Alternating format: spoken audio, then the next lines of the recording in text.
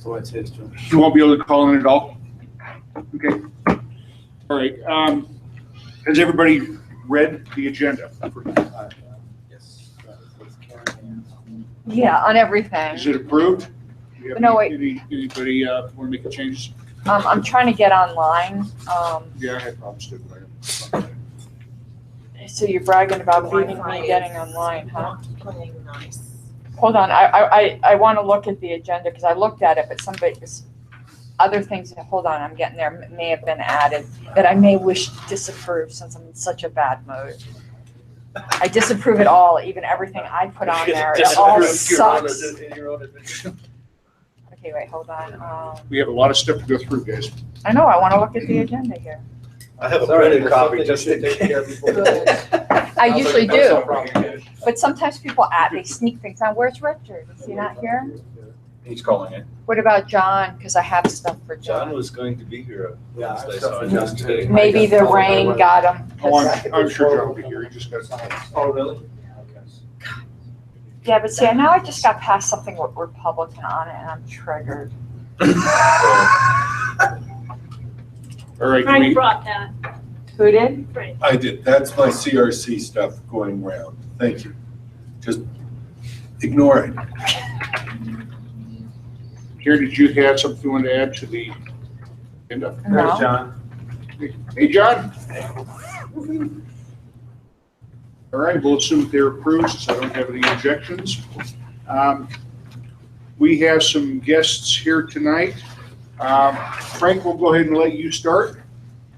Okay. As your CRC Center Right Coalition liaison, I'm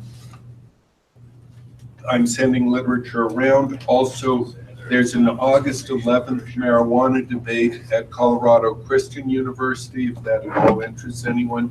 I don't have the particular time of it. John Caldera expressed disappointment with Republicans with regards to fiscal responsibility in the legislature. You know, I use that as an opportunity to speak to him about libertarians and invite him this evening. Granted, he isn't here, but he knows we're out there. He's providing the space. And he's providing the space. With regards to approval voting tomorrow morning at Venus Library in Littleton, there'll be a brainstorming session as we try to come up with a more sexy message. If anyone has any questions, ask me now or see me about details. And It's not about approval voting being sexy. yes. And that concludes it. Thank you. Thank you, Frank. Michelle? I'm just here. You're just here taking up space? Blake, that's Blake. Okay. The first one you talked about. Just one thing on Michelle's behalf, I Yes. thank her Oh, for John Caldera. setting up Who hosts and organizing the booth, and actually a lot of work in the days prior, organizing some things in boxes for this week. Without question, she took one for the team as well. Oh, yeah. Did anyone get pictures of the booth? Good pictures, high res? Or was it on the phone? I've got some on the phone, but I can send them to you in high res. I No, posted those some- don't work. I've said that. I need, posted some on the Facebook site. for just in general, for LP News, they require me to send like pictures from a real camera. They know when it's a phone and they reject it each time. So I don't care if you say it's high res, they will not take it. I'd like to make sure that we have a picture in every LP News of something. Well, So, Alan Scott Alan came by with his came. camera. Did he? It was after the storm and after the 10th. but maybe he got a good picture of something, I And think, not maybe. beforehand, because he didn't see us. Well, for future events, let's try to keep that in mind, to have a real camera so that we always have a picture.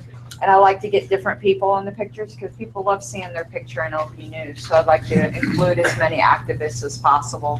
Okay, we have another guest over here. Would you identify yourself, please? Yeah, I'm just Bob Marshall. I'm just curious, so I came to, it's on the website, it was an Okay. open meeting, so. That's usually the Thank you for beginning of the coming, end. Bob. We're going to rope you in. You know, the rule of a libertarian meeting is you come and you leave with a title. Have responsibility. Yes. Yeah. Well, we're glad to have you. All right. Does somebody have the network key here? Has everybody read the minutes I already? have it saved, Used so I to don't be know. on One board. more guest, Blake. Excuse me, Blake, go ahead. Please ignore me, I'm hiding behind the post. Is that why? You don't want to be I don't identified? want to have a title. Okay. Any additions or changes to the minutes? Okay, we'll assume they're approved then. Well, I sent some ahead of time. Karen had lots of Yeah, it's, suggestions and they were all implemented. yeah, it wasn't the hysterical committee, it Nobody is the does that except historical you. committee. How did I miss that? Oh, you did. Where's David, too? David's online. Okay. Okay, thanks. Okay, officer reports. I have nothing to add to my report. Richard, are you on board with us right now? Yeah, I'm here. The only thing that I would throw out there is Delta County is affiliate is non-compliant with our bylaws as of right now. They do not have their governing documents published anywhere for anybody to access. What I've done is I've told Jay, and this is kind of included in my report, I just wanted to expand on it a little bit. I've told Jay that they're in the process of looking at rebuilding their website as a possibility. So I've asked that if he cannot get those published by the end of the month, this month, end of May, that we will at least have him put them on Facebook as an option. But I also wanted to throw out to the board the idea of possibly having a link to these governing documents on our own website for the counties, and wanted to get people's thoughts on that.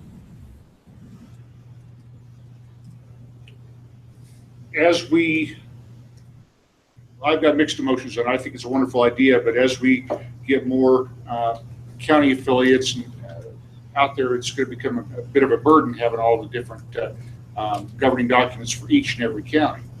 Karen, you had something? Yeah, I did, and it's along the lines of that is we have enough to maintain sometimes with our own site, and I would hate to think we would have an outdated version and then they have some kind of county meeting and someone relied upon the version of the state page and there's a credentialing problem or something. I just think it opens too big of a can of worms and it puts more responsibility on David. The counties need to be responsible for maintaining their own, and I really would not be in favor of us maintaining a copy on our site. I think having a link to their site on our main site is the way to do it. But to get more granular than that is too much to ask the state party page. Sure, and I certainly agree with and echo those, and that's why I wanted to bring it up. My thought process being, if they are in the process of truly getting a website built, in the effort to keep them compliant, we could possibly post it for a 1 month time period as a very interim thing, not as a permanent thing. And that was kind of my thought process, not saying to put every affiliate's documents on there permanently or anything like that, but just to make sure that they're compliant, because we later this evening on the agenda will be discussing what to do with non-compliant and non-responsive affiliates, and this kind of falls in that wheelhouse. They have them. They just don't have a means to get them up there right now other than by a Facebook note. And if a Facebook note is acceptable to everybody, then that's fine. To me, a Facebook note is very limited to those who use Facebook. And as we all know, not everybody does use Facebook. So I have concerns there as well. You And got something? I was going to suggest a Facebook note. Well, if it's a very, very short time frame, even with the restrictions that Facebook would impose, I think that would be an acceptable measure if it's for a very, very short time. Then that's fine. What I'll do is I will go ahead and instruct Jay just to do a Facebook note until he can get his website published and stay on top of when that website will be ready. So that works for that. Other than that, I have nothing to add. I do want to apologize again to Kevin. Unfortunately, I had an emergency come up at work yesterday. I was going to try to make the outreach event, but my building's fire alarm went off, and I wound up coming in on my day off for about 4 hours to make sure that things weren't on fire, and we passed all of our inspections and all of that stuff. So sorry about that to Kevin and everybody else who was kind of counting on me to be there in the afternoon. It was kind of one of those unforeseen work circumstances. Other than that, I've got nothing to add to my report. Something else? Yes, Richard, forgive my ignorance. Does it say in our bylaws that the affiliates have to publish to the public their governing documents in some ways, that this is our concern?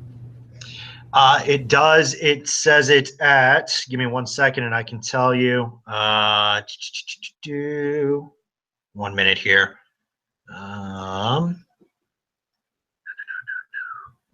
I've got it pulling up now. So it says it at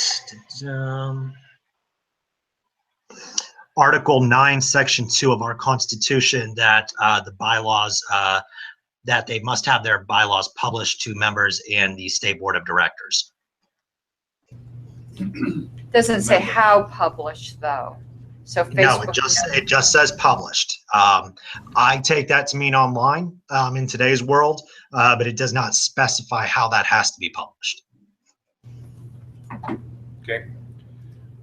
Anything else you want to add, Richard? That's it? That's it, unless anybody has any more questions. Okay, Treasurer? The only thing I have to add is, at Cinco de Mayo, we lost our tent. So we collected $105 and we spent $128.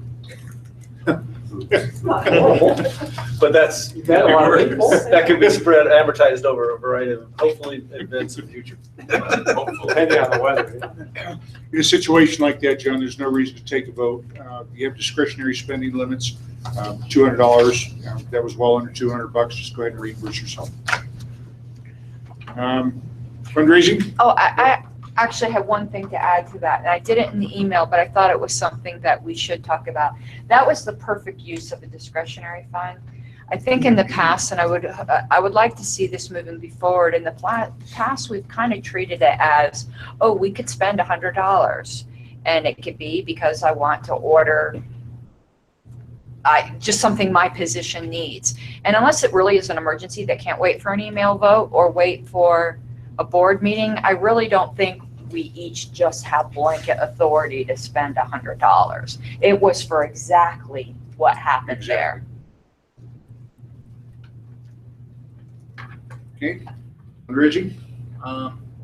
Basically nothing. Actually, one thing to add to my report after talking with the chair just a couple of days ago. Make sure I hop on the phone and start cold calling some of our big money donors, making sure they're still on board and they're good to go. It's not cold calling.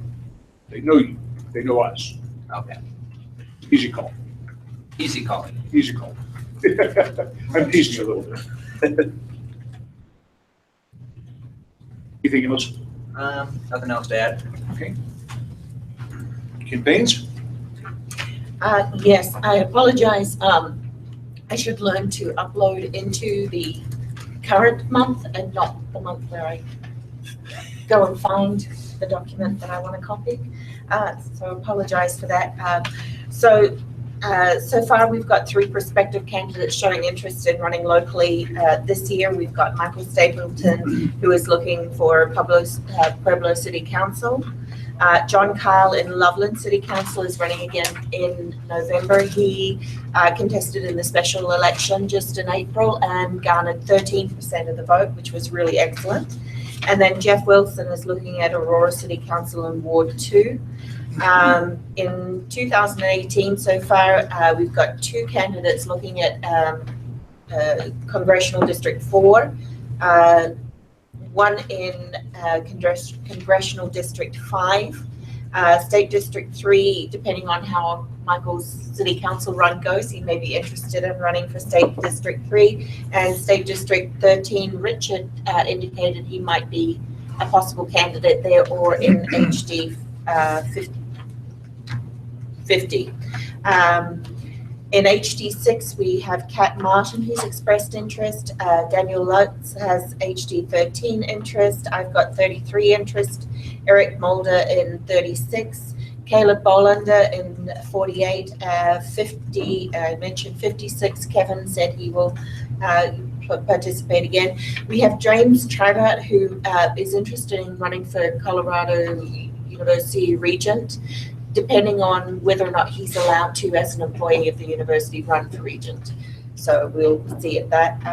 We don't have any prospective candidates for State Board of Education or Regional Transport, and so far, nobody for Secretary of State, State Treasurer, Attorney General, Governor, or Lieutenant Governor as yet. Guess we're on town council. Yes, I have you after that one. Oh, there was more. There was one more. So, Richard, you had something? I do. Kim, I was just wondering if you have a Google Doc spreadsheet available. That way any board member could reference this at any time and maybe throw some names on there as well. yeah, it's on the candidate list with email. It's an existing spreadsheet that's up there, and I have just added tabs to it. Is it in Okay. your folder? I don't know that that is shared with everybody. Could you confirm that it is? Just when you get an opportunity and just make sure it's shared with everybody on the board. That way we can kind of keep an eye on it, because I really, really, really want to see us run a full slate in 2018. It's one of my larger goals, I think, is I think that's very important. So I'd like to kind of keep tabs on it and know where I can help you by focusing maybe some recruitment efforts in districts that we're having trouble finding somebody, and maybe partner with you on strategies for those areas as well. And I may have access, I may not. I'm just, if you can confirm that we all have access, that would be helpful. I will find a 15-year-old to walk me through sharing a Google document. So on that note, I did help Daniel with the the county contact document. I built that originally and kind of had a one-on-one with him that took about half an hour. I would be happy to kind of go through that with you as well, and help you with that if you cannot find that 15-year-old. Thank you. I wanted to reiterate what Richard had said. I really want us to be running a full slate. I didn't know if this was maybe the appropriate time to bring up the Joe Johnson subject of having that presentation. I think we have it under new business. We do, but sometimes putting it under the director's reports makes sense. I didn't know. That's what I was asking the chair. That's going to be up to you, Kim. If you want to include the Joe Johnson discussion. I actually am interested because I have no idea what the Joe Johnson discussion actually is about, other than it involves campaigns. So Okay. I'm interested, but Well, without objection, I propose we go ahead and cover it right now. Go ahead, Karen. Well, a lot of the people in the room here were here last time he gave a presentation about strategies for running a full slate. And this doesn't happen very often, but I walked into the room with a very strong opinion of being absolutely opposed and left the room being enthusiastically supportive. And that doesn't happen very often.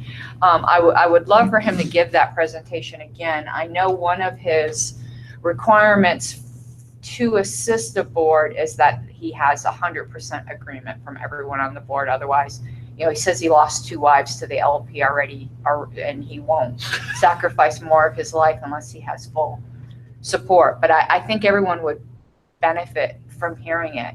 And I think part of the reason we didn't do it last time is we started talking about it in January. It was too late. I think it was the January meeting he was at.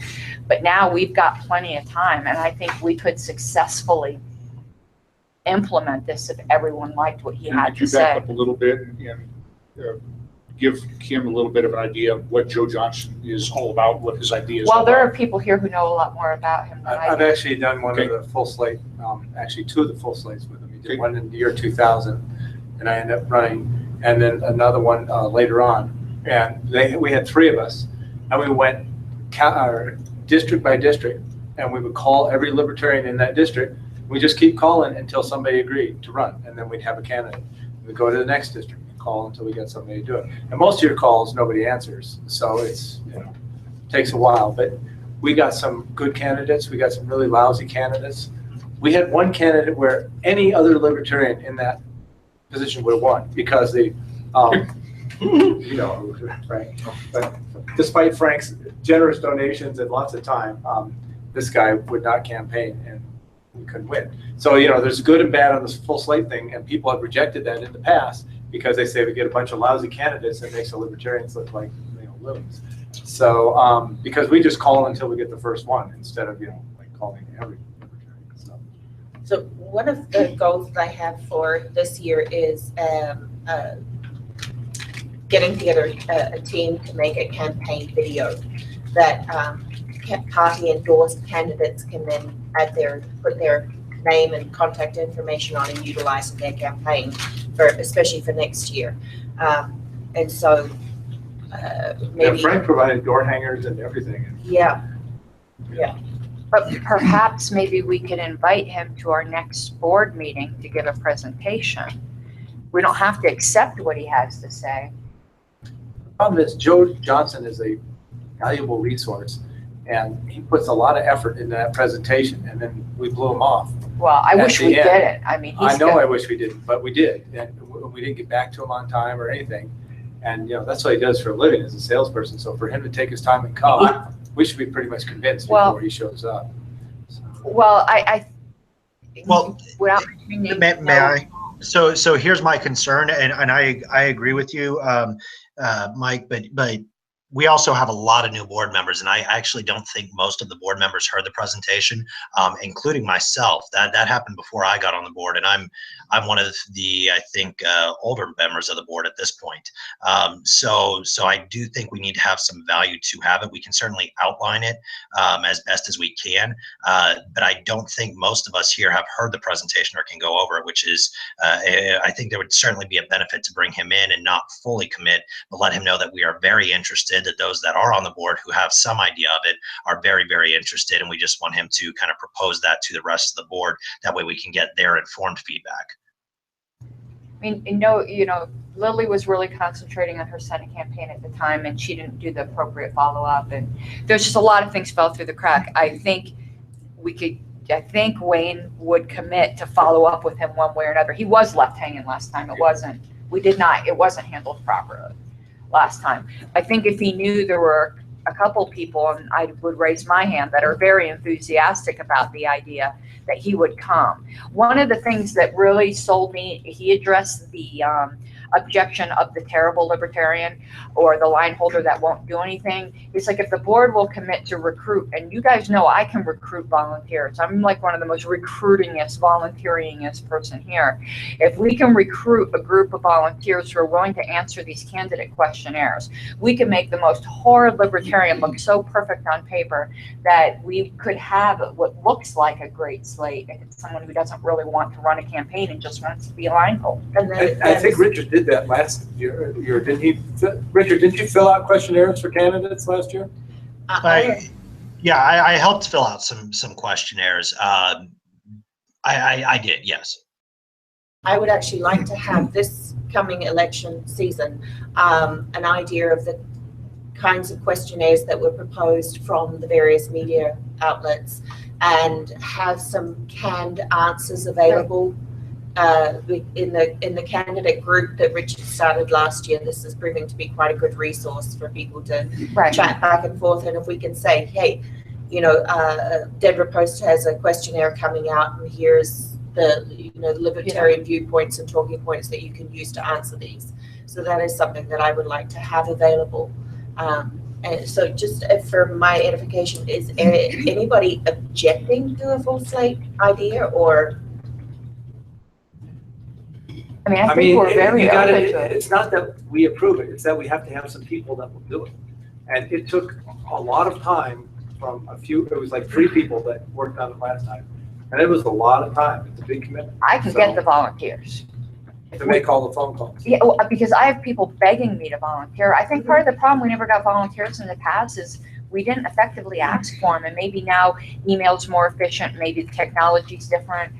But there hasn't been, unless it's something that requires a real specific skill, like a certain type of graphic designer, there hasn't been anything I haven't been able to find a volunteer for. Now, sometimes, you got to go through 8 to find out of 10 to find the 2 good ones, but you keep pushing out emails. There are people who want to volunteer. Stuff doesn't take a particular skill, just need someone who wants to work. Somebody can get no over and over again and keep calling. That's what you need. So somebody in sales is good. Yeah. And I would hope. You got a basic script that, somebody answers the phone, you go through the basic script and you have a. Well, and you make a party out of it too, maybe. You make a social gathering out of it. I also, though, would like, and I know nobody could do it tonight, but I would hope that everyone on the board if there's a spot there that, you know, is our district or whatever it may be, that we qualify and there's nobody else, that we step up to be the line holder in that. I think if the board puts forth that dedication, it is a selling point to get other people to do so. Just asking you to be a line holder, it's putting your name out there, and if there's a committee that's answering the questionnaires, what skin off your back is it? Unless you win. No. Unless you win. That can be bad. The worst case scenario. But the other deal Come on, is it's Libertarian. I guess we have a lot of stuff to go through. So But this is important. no, I'm not opposed to the ideas of line holders. I would like to make sure that if we do put a line holder on there, that they are fully vetted. And if somebody gives a call to them, they understand at minimum, the state platform, what we stand for. And if they're not interested in doing that, then don't take any phone calls. Right. No Augustus Invictus in Colorado. Oh, there's a worse Blake, one than you that. have something to I add? just might add that if you need to take calls for them, okay, so if you're a new candidate, you're a new Libertarian, you don't feel equipped, I would volunteer to take calls, Excellent. okay? So they can refer people to me. Blake's my buddy, he's been a longtime Libertarian. Please give him, or can I have him give you a call to answer your questions? I'd be glad to do that. He's assisting with my Beautiful. campaign. Right, exactly. And I'm always available too, if any candidates need help. I'm sure Richard would also step up and answer phone calls. And I would suggest it be a conference call so that the new Libertarian can learn from what's said, no matter who it is.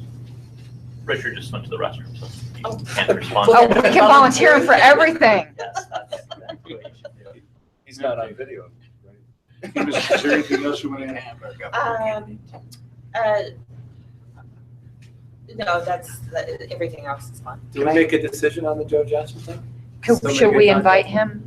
Well, I'm all for it. Do we want to do it in the next month, or we want to do it the month after that? I want to do it as soon as possible to hit the ground running if we're going to Let's see make this what decision. Joe's available. Yeah. We Like have, next we month. have some momentum, we have some interest, we're gathering more people. You got about a I've 6 month had at head least start. 3 referrals for candidates come through in the last month, so. Okay, do we have a motion? I would move that the chair invite Joe Johnson to give a presentation at our next board meeting. Second.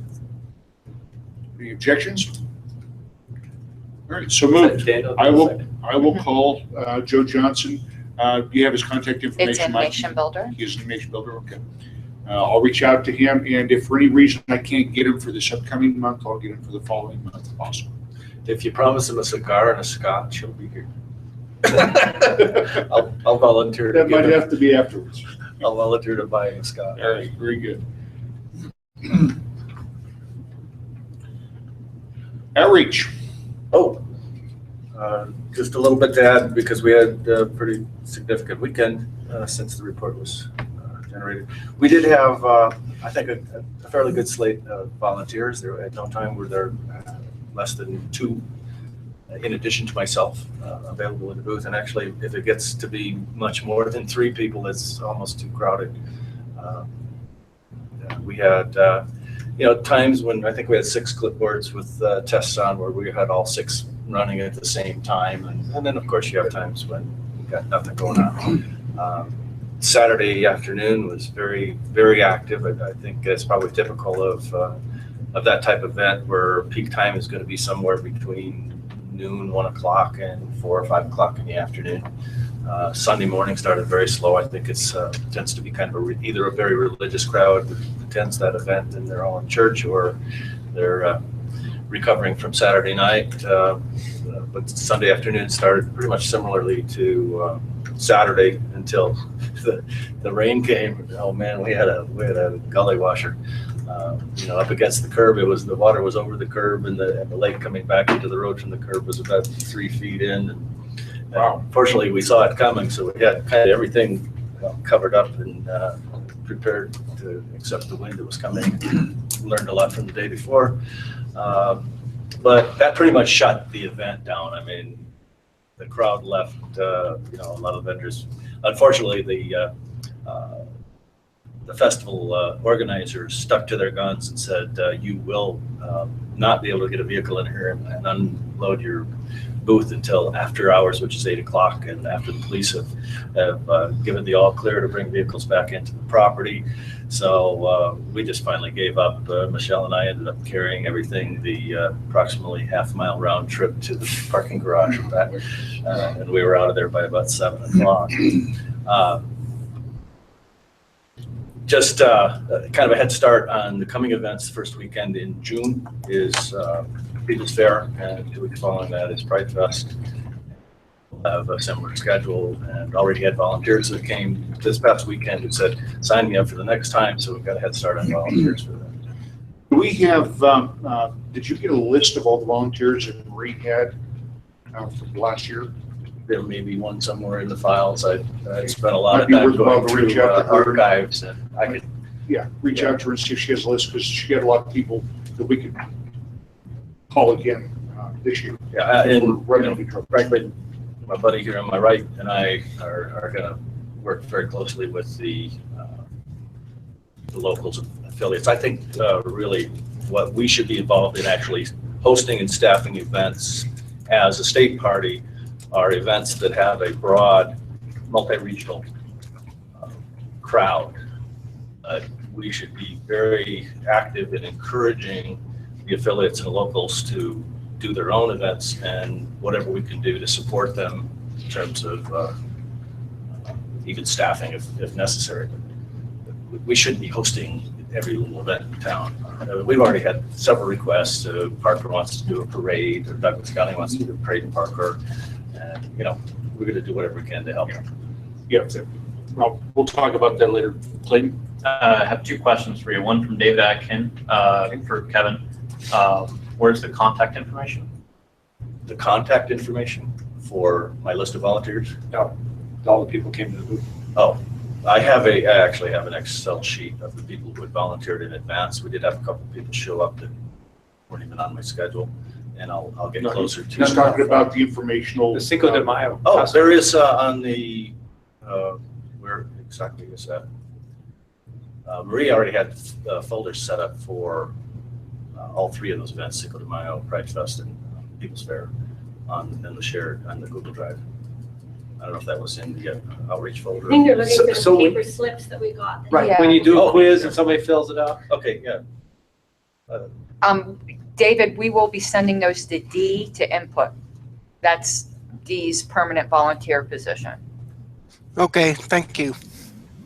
I haven't counted them. There's, I think, in excess of 100 with actually at least an email address. If not many. But something to add, if the people who volunteer, you have your list of volunteers, if you go into Nation Builder, when you find them in there, there's a checkbox that says volunteer, and that's what Marie was using to generate her email lists. Because we shouldn't be having separate spreadsheets that each person has.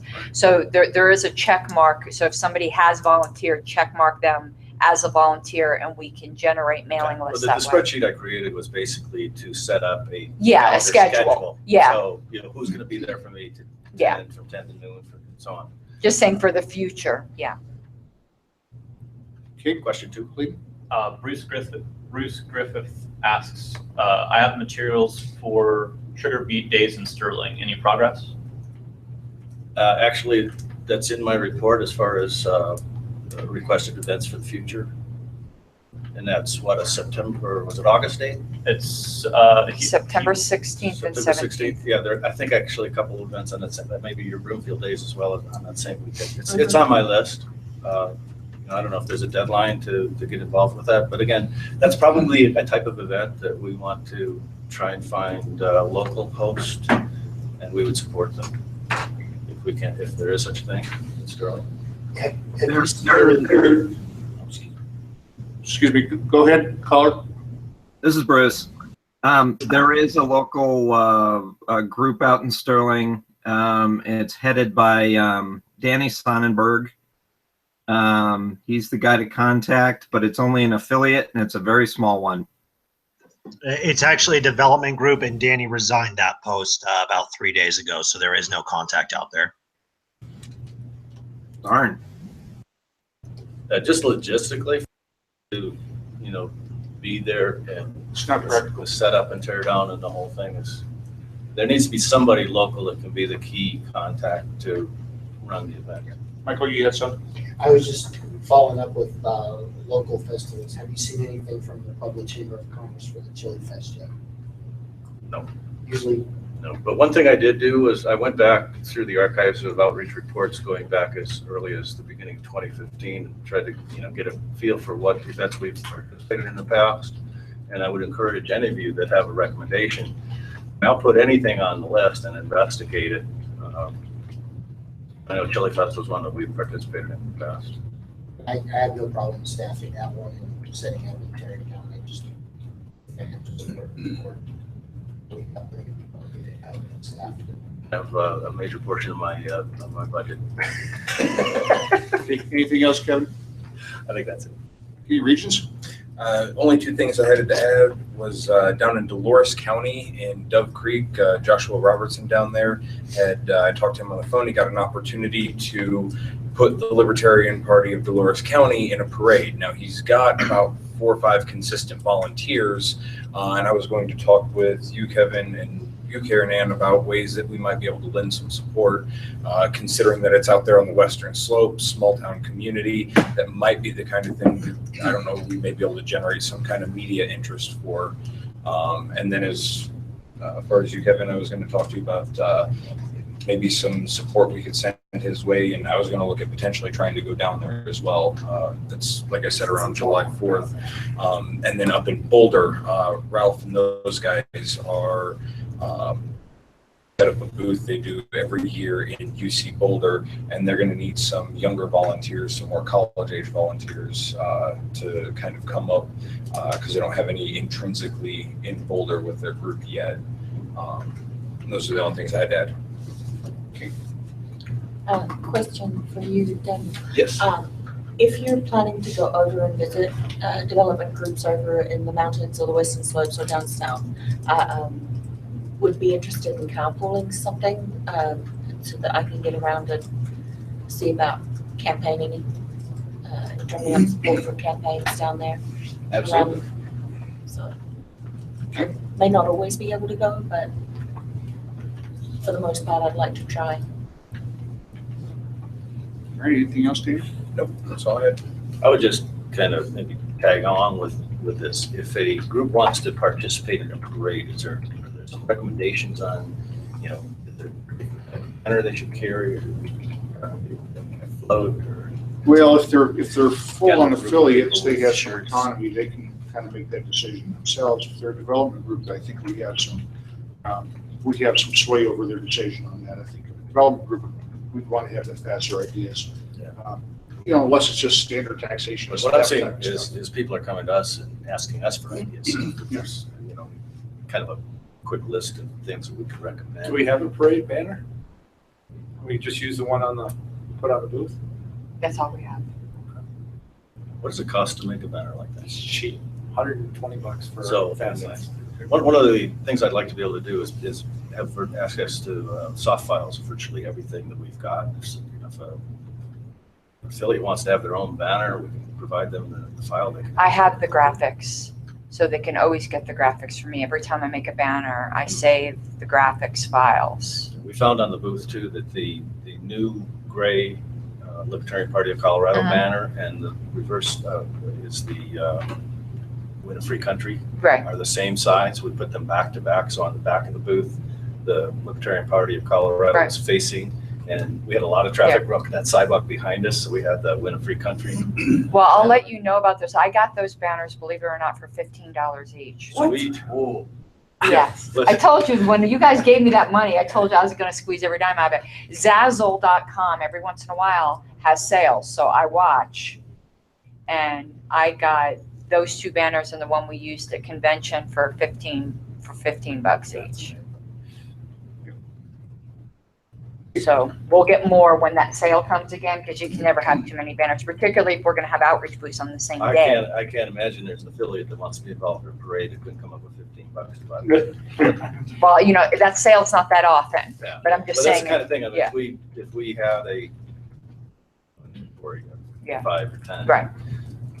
you know, what $150, $75 worth of banners. Or at least communication that went out to the affiliates to say, hey, Zazzle's having a sale. Yeah. Here's an image file. Go buy a banner for $15 right now. Okay, anything else? All right, legislative. The only thing that I want to add to my report is, as of today, it looks like the state legislature, before the session closed, is going to get their in-run around Tabor passed. Senate Bill 267 was passed on third reading out of the Senate today, with only 10 Republicans opposing it. So it passed 25 to 10. It directly went to the House and was assigned to the House Finance Committee and passed out of the House Finance Committee this afternoon on an 11-2 vote.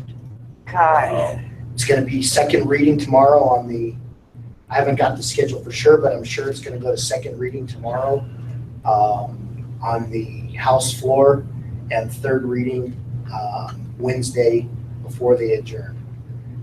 What it means is, by them shifting the hospital provider fee out of the general fund, it's going to create $800 million new of spending that they can put into the general fund, because they're shifting that out and calling it a fee. We all know what it is, but it looks like it's going to happen. And that's where Frank had mentioned earlier that the center-right coalition is not very happy, because the so-called fiscally conservative Republicans are disappearing, and we can take advantage of that. The Republican Liberty Caucus plans on going after every single one of them and exposing them at some point between now and if they're up for election next time. Problem is, there's several of them that are term limited that just don't care. They feel like they're doing, especially the ones in the rural communities, they feel like they're doing the right thing. But it was basically the whole budget fiasco. The Democrats knew what they were doing by creating the crisis with the rural hospitals, and they made the Republicans reactionary to it, because who doesn't want to see jobs lost at a rural hospital? This afternoon, when they did rush it through the Finance Committee, unfortunately, there was nobody there for a voice of opposition in committee, but they had school superintendents, they had Metro Chamber of Commerce people, they had municipal people show up all in support of it. So it was very disturbing to listen Wayne, to. you had something? Bruce has a question for Michael. Okay, Bruce, go ahead. Before though, Richard had sent me a point of order that 40 minutes in, we're halfway through officer reports, time limits are not being utilized per our agenda. And I would also add that non-board questions they're really not just generally allowed, it's by consent of the body. So I think Richard's request is that we start following our rules. Bruce, I'm going to ask you to reach out to Michael privately, if you would. Sure. Sure. Okay.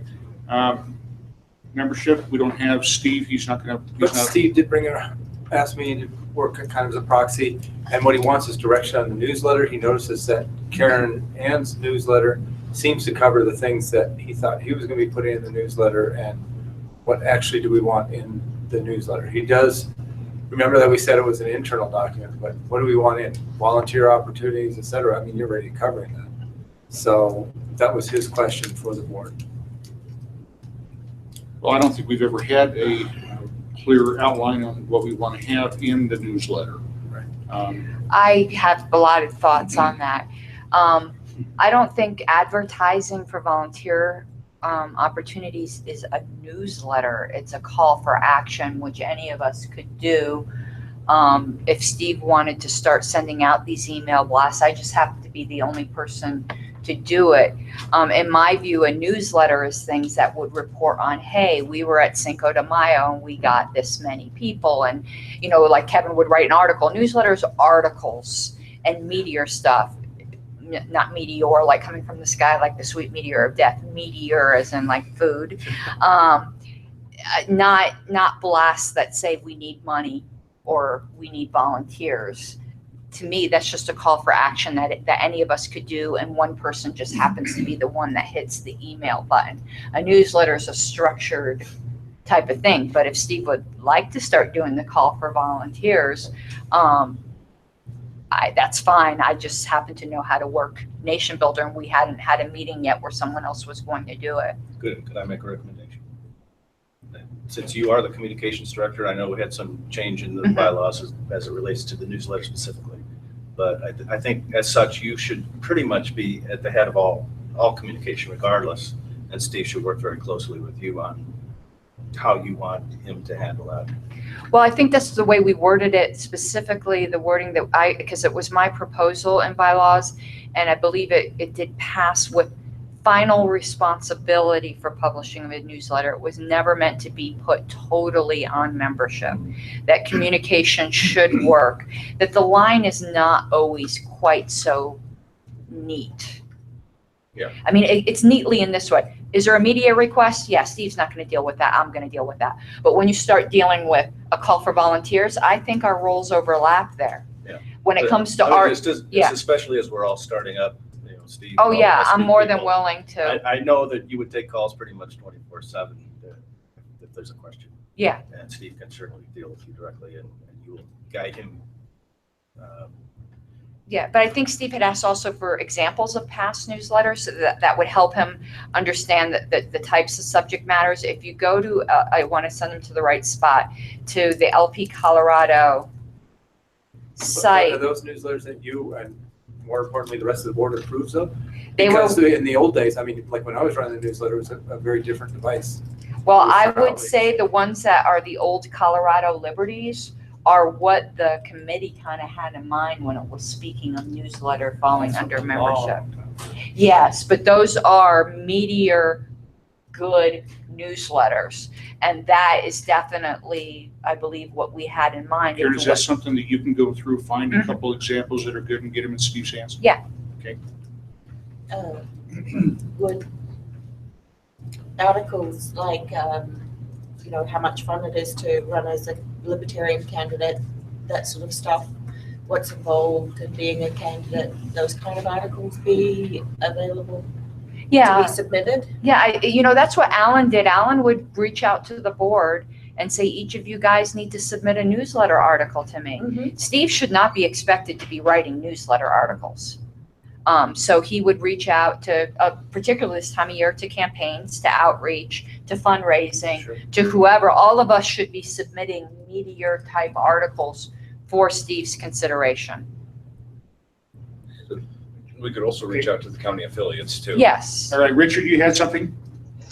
Yeah, I did. So what we need to think about too is, so we've run the idea of having us publish blog posts individually as directors. The way I envision the newsletter would basically be taking, you know, whatever blog post we were writing on, you know, a recap of an outreach event, how fun it is to run for a campaign, et cetera, those sorts of things, and basically culminating a couple of those into one place and then blasting that out to the membership in order to try to keep them engaged in that sort of thing. So we should already be kind of planning a way to do this with our Facebook group and figuring out how we want to get those kind of blog posts out there. That was one of the things Karen Ann mentioned when she was running, and one of the things that are on my goals as well is coming up with these blog posts. And then if we're doing that, then it's really easy for Steve to take some of those articles and recycle them into a newsletter that then gets blasted out to the general membership that isn't maybe on Facebook or whatever blog app we use, as well as other interested parties who have signed up for our newsletter. Richard, would you like to move to refer on this? What do you mean? Refer this to committee to put a plan together. We're out of time. We're running out of time tonight. I move to extend 2 minutes.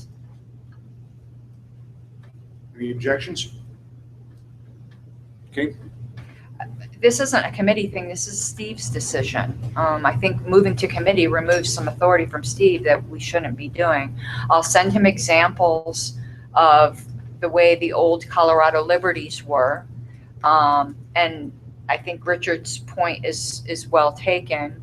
But when it comes to where the confusion was with the volunteer blast, I actually do think that falls between both of us, and actually does fall more under membership, not because of newsletter, but because membership is more in charge of volunteer recruitment.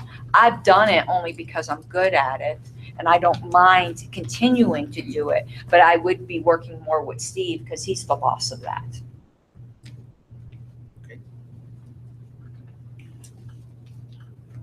Anything else you wanted to add, Mike, on Steve's behalf? Everything for Steve. That's it? Okay. Communications? Oh, I'm sorry. I was getting ready to get him some Colorado Liberty. I don't think I had anything to add to my report unless anyone had any questions. You know, speaking of volunteers, I think I have a couple more. They're starting unfortunately with volunteers, what happens is, you know, you recruit 10 and 2 of them end up being really good and staying, and some are really enthusiastic and you meet with them and they train with them and then they disappear from the face of the earth. That just happens. But unless there's any questions on my report, I think everything's pretty much in the report. So they volunteer until they found out there's work involved? I don't know what it's this way with every affiliate, because I was wondering if it was me for a while, but no, it's a common phenomenon. It's volunteers in general, I think. They get enthusiastic for a minute. Let's stay focused here. We're way behind. Records? Well, nothing to add to my report, but, and yeah, actually the items we have listed in the agenda for later. There was one item. No, that's actually, we can handle it if we get to it in new business. So nothing to add. Okay. LNC report. I sent out my newsletter, which you all should be getting a couple days ago. Actually, when I was in the plane, it's actually pretty good considering that I probably was on 4 volumes when I wrote this thing. So a lot happened. We had a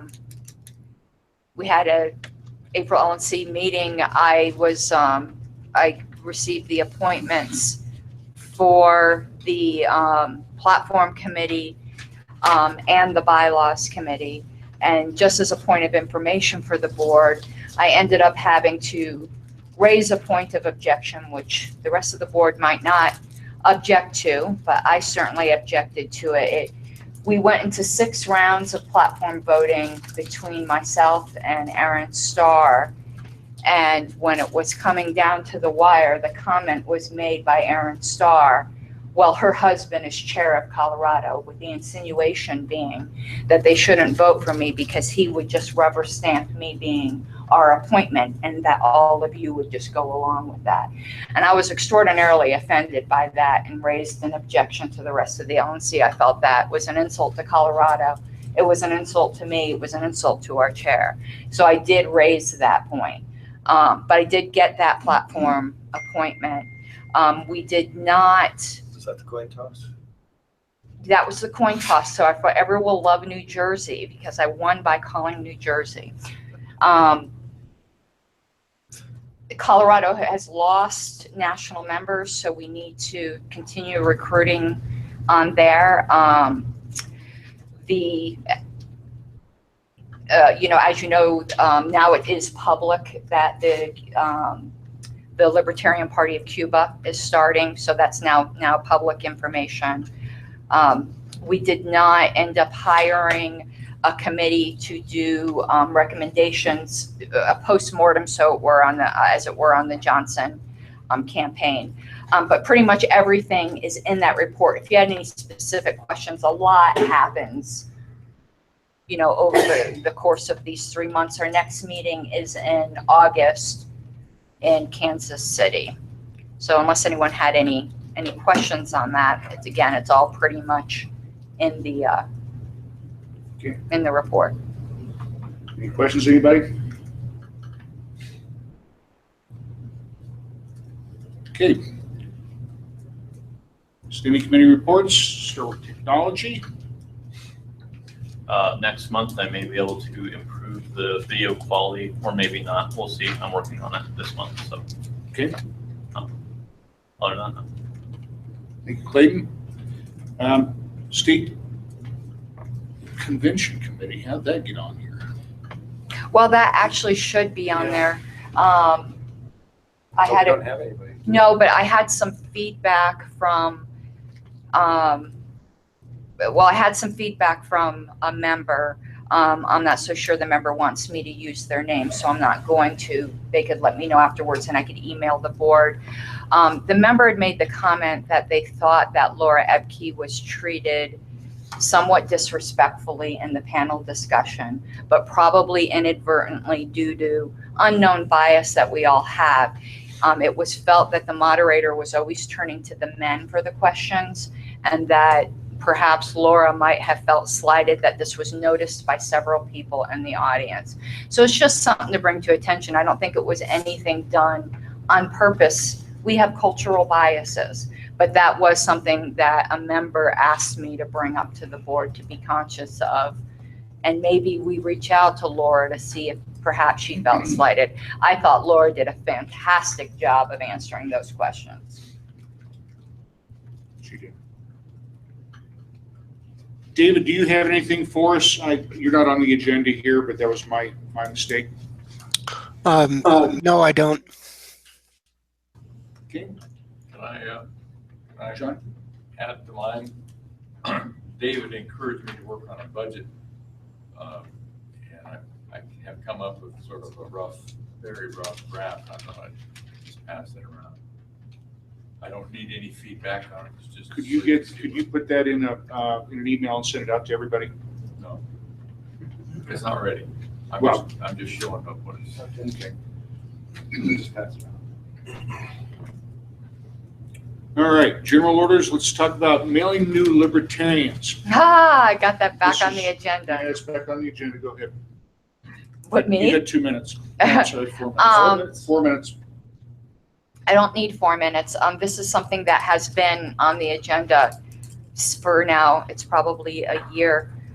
We had raised a certain amount of money with the promise to our members that we would use it to reach out to new libertarians. It was approximately in the amount of $400. This is a successful program, at least I thought it was successful, that Clint Jones had done. I'd like to see us reinstitute it, but at a minimum, we need to spend $400 reaching new libertarians, because otherwise I feel that we misrepresented to members who gave specifically for that. And what we used to do for the new persons is we would get a list of people who were registered libertarian. We'd have a form letter that'd be signed by the chair. They'd get a bumper sticker, a donation envelope, and a welcome letter. A lot of people will join the party, and that's the only libertarian political act they'll really do. They need to get touched by us in order to be a donor and be an activist. This is something that membership and fundraising can do collaboratively. I think they both have, both of the job descriptions could be put to use in this effort. So, Eric, would you reach out to Steve and see if you guys get this started? Okay, and for the letter, Wayne, do you want us to type one up and then have you take a look at it, and then you just type off on it and then sign one so we can that's send fine. it? Cool. That's fine. The way Yeah. Clint used to do it was bring a couple hundred of them to each meeting, and Lily just sat there and Yeah. signed them down. Yeah, don't be afraid to reach out to Clint. He's more than willing to give his time and his experience if you'll just make a call on him. He's a good guy. Yep, that's on my to-do list, is get a hold of Clint. I've got his contact info somewhere, but I gotta think if I really to find it. Also, every week I get 7 or 8 new members who join Meetup, not necessarily new members of our group, but they join Meetup. And so I have their contact information when they're ready for it. And from what I understand, this was an expensive program, but that we always at least broke even and sometimes made money. That was my understanding from Clint. Talk to Clint, you'll get that. He has a spreadsheet. Okay. Well, we finally get to start new business. All right, I'm going to start a little bit, guys. I wanted to thank everybody for all your efforts putting together your business plans as requested. They're all fantastic. I will be calling you all in the next week or two to go over your business plans separately and make sure that I know what I can do to help you. Also, there might be some things that people put in their business plans that might be a little bit too optimistic. And I'm not looking at anybody in particular. We're all looking. Yeah. What you did, we see it. So anyhow, I don't know. I will be calling everybody here in the next week and a half, 2 weeks. So expect a call, and we'll keep it very, very short. Doesn't have to be anything elaborate, but thank you for putting the effort in, guys. Next, we have the process for handling unresponsive affiliate groups, and this one is from the vice chair. Go ahead, Richard. So I know we got 4 minutes, and I don't expect us to hammer this out now, but we need to come up with a process, and I'm thinking it should go to policy committee for this, of which all of us, I believe, are here except for maybe one or two, as far as how we want to handle unresponsive and non-compliant affiliate groups. We have to have some sort of way, if we're going to have something in the bylaws that says that there's a requirement, we need some way to enforce that. Now, what I don't want is I don't want a way where we just disaffiliate somebody. I don't think that should be our instant reaction. But I'm kind of at a loss personally of how exactly we want to do this or what we want that process to look like. Obviously, we want to try to work with the affiliate as much as possible. For example, we're not, telling Delta County they're not an affiliate because their bylaws aren't published. But if the bylaws aren't published for the next 2 or 3 months, what do we want to do? How do we want to handle this sort of situation? And I'm kind of very curious for ideas, and I'll take some notes on my computer. That way, when it comes to writing a policy for them, I can go from there. So it's been about a minute. If we just want to hash it out for, another minute or two, I'd appreciate that. Well, Richard, I have a pretty strong opinion on this one. I think what we have to have happen is we as a board, especially the regions director, myself as a chair, and then you as a vice chair, we need to establish relationships from the chairs of all the affiliates. We can put the hammer down on them, but if we don't have a relationship, we're going to get pushback. So I think we need to, first of all, get the relationship established with them, get belly to belly with them and get to know these folks, and then show them that we're here to help them, not just to require things of them. Kim? On that note, would it be a nice idea, just throwing it out there, at convention to maybe have a state chair or a affiliate chair meeting or seminar or something that they can all come to? And that would be a fantastic idea, and thank you for volunteering for that. We'll call it the chairman's hospitality suite. Yeah. So I like these ideas, and certainly, I guess where I'm coming from is let's take Delta County, and I don't foresee there being an issue. Jay's great to work with, and he and I have that relationship where we're working together. And I do believe at convention we should probably have a meeting like that. I think that's a fantastic idea. Thank you, Kim. But let's say, let's go back to Larimer County's affiliate about 1.5 years ago. We requested minutes from them. We tried to establish a relationship with them. I myself had reached out to them as a local, just libertarian interested in joining the party and couldn't get any information from them. And ultimately what was decided at that time was send a certified letter saying this is what's required in the bylaws, produce these documents. And their reaction was to terminate their own group. I certainly don't want that to happen. And that's what I'm looking for is what are some ideas for this? Is it we find you not compliant, we said we have the vice chair reach out to you. If a second month's not compliant, we have the chair reach out to you of the LPCO. That's kind of what I'm looking for is that sort of process.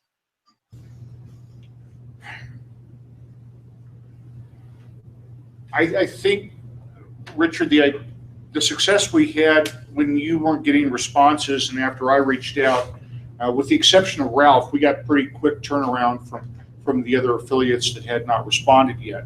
So I don't anticipate that we're ever going to get much of a response from Ralph. but everybody else seems to be pretty good. Several of them said they did not get the email, and that's been a problem. Right, and that could deal with contacts. Even with El Paso, I got mixed responses from that. John said he was the contact, and then you contacted somebody else named Chris who said he was the contact. So I'm still not clear on who the actual affiliate representative is. And so certainly I believe that can be resolved, and that's part of building that institutional knowledge. I'm trying to look beyond, once we have these established relationships, and once we have, it's expected, hey, we need this monthly report, this is what we're looking for, that sort of thing. What if an affiliate decides not to respond to us, period? And not necessarily on a monthly report either. Let's say they take down their website and their bylaws aren't published anymore. What course of actions are we interested in taking, or do you want me to just try and come up with something on my own as a policy, and then as policy committee we can submit that to the board later? This is something I believe has to be in the policy manual, so I think maybe we're going to be putting together a policy committee, and when we do that we might refer this to them. I think we've taken enough time. We're well over time today, but I think your idea is a good one, Richard, that we have to address this. But I think this is something that you can probably hash out. Maybe if you want, you and I get together and talk about it. And we have to be a little bit careful with libertarians. It's like herding cats, or like trying to control commission salespeople. You have to do it in a specific manner, or else you're not going to get anywhere. So maybe you and I can put our heads together and work on this. Okay, and I believe that is time. I was just wanting to see, based on the email, if anybody else had thought of any ideas. So you and I can talk later, and I will try to come up with something on the policy committee, and we will go from there. Okay, good. Next thing we have is a media action team. As you all are aware, if you've been checking your emails, and that brings me to another point that I didn't put on the agenda, but I would encourage everybody to check your emails at least every other day, because we had some we had 2 items that we had to do an email vote on 2 weeks ago, and several people had not checked their email, and so we didn't get a vote from them. Sorry. So I would just encourage everybody to check your emails. I know Steve was out of town. He said he couldn't because he was out of town. But try to check your emails at least every other day if you can, or at least twice a week. I think it's important, because when we have an email vote, we have a 3-day window. So if you don't check your email for 3 days, you're going to miss it completely. And it might be typically an email vote is not a substantive thing, but it's important enough that we have to vote. So I would encourage everybody to check your emails as often as you can. But that brings us to the media action team. I'm sure you guys saw some of the success that we had with Jay Stooksbury. We brought him on board as our, he is going to chair the media action team, and he's going to look for volunteers, and he has some already lined up. We're going to get the libertarian word out, and this is a big deal as far as I'm concerned. Having somebody that can write things, not only to the newspapers, but what was the one that 5280? He's going after a 5280 to see if they can do a piece. And so those are the type of things, getting that word out so that people can understand what the Libertarian Party is all about, is what's going to make it easy for us to grow the party, rather than do every single piece of growth at an outreach movement. So, guys, I'm really encouraged about it. If anybody has any opinions of it, I'd love to hear you. Quickly, though. The key thing with writing to the Denver Post is after you get 1 or 2 published, they won't take your letters anymore. So we need to be able to either ghostwrite, which is what we used to do a long time ago, and switch between names. We have been doing that. Yeah, that's part of the strategy. Okay. Jay's really on the ball, and hitting the home run the first time was really good. But I've also been reached out to by Catherine Porter. I believe she was from the Politichicks one that was at our convention a couple of years ago. She's putting out a newsletter to compete with a very, you might have heard of it, Colorado Indy or something, that's in El Paso County. Very liberal, left-leaning. Colorado Springs Indy. Yeah. And in Pueblo, it's called the Pueblo Poll. And she's looking to compete with that and wants us to submit a regular column. And I spoke with her for a while and spoke with Wayne about it. My only misgiving on it was I don't want us to constantly be seen as the Republican tag-along, that I want us to be able to appeal to both. So I pitched some ideas to her about how about we pitch why conservatives should support some typically liberal ideas. Like, why is it a good idea for conservatives to support drug legalization? Or why is it a good idea for conservatives to want to get the government out of marriage?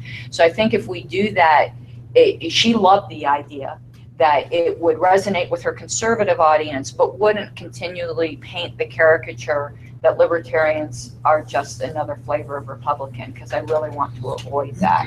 So I'll be talking with Jay. She sent me the writer's guidelines, so we'll start submitting stuff for her as well, but just very cautious of not trying to build on that misperception that, you know, we're just Republicans who smoke pot. Another thing too is that with legislation wise, back when House Bill 1314 was going through, I was able to make a lot of roads with people who would never consider endorsing libertarians. And then I convinced them, hey, libertarians don't hate the poor, like, because we endorse legislation like this. Well, another one of her ideas she wanted him to write on is libertarian myths. So a title would be, do libertarians hate old people, poor people, and roads? Or whatever. That we're all neck-bearded basement dwellers. So I think Jay will do excellent at that. I haven't told him any of this yet, so if he's listening to this meeting, this is a new assignment to him. But I'll be forwarding him these writing guidelines. I think it'd be a great opportunity for us if we handle it properly. There's also a new startup publication out of El Paso County, the Front Range Voluntarist. That's true. I know about them as well. He's asked me to write some articles, which I have not had time to get to, but he's definitely interested in the happenings with the Libertarian Party that fall in line with the voluntarian scheme. He wanted me to do a legislative column, but I just haven't had time. Will to get it you done in the last 2 shoot me an email on that, and I'll get Jay on that. I think even though Jay's not particularly a voluntarist himself, he knows how to write from the various perspectives, and I think he could write some, and I would help him with that, being the voluntarist. So.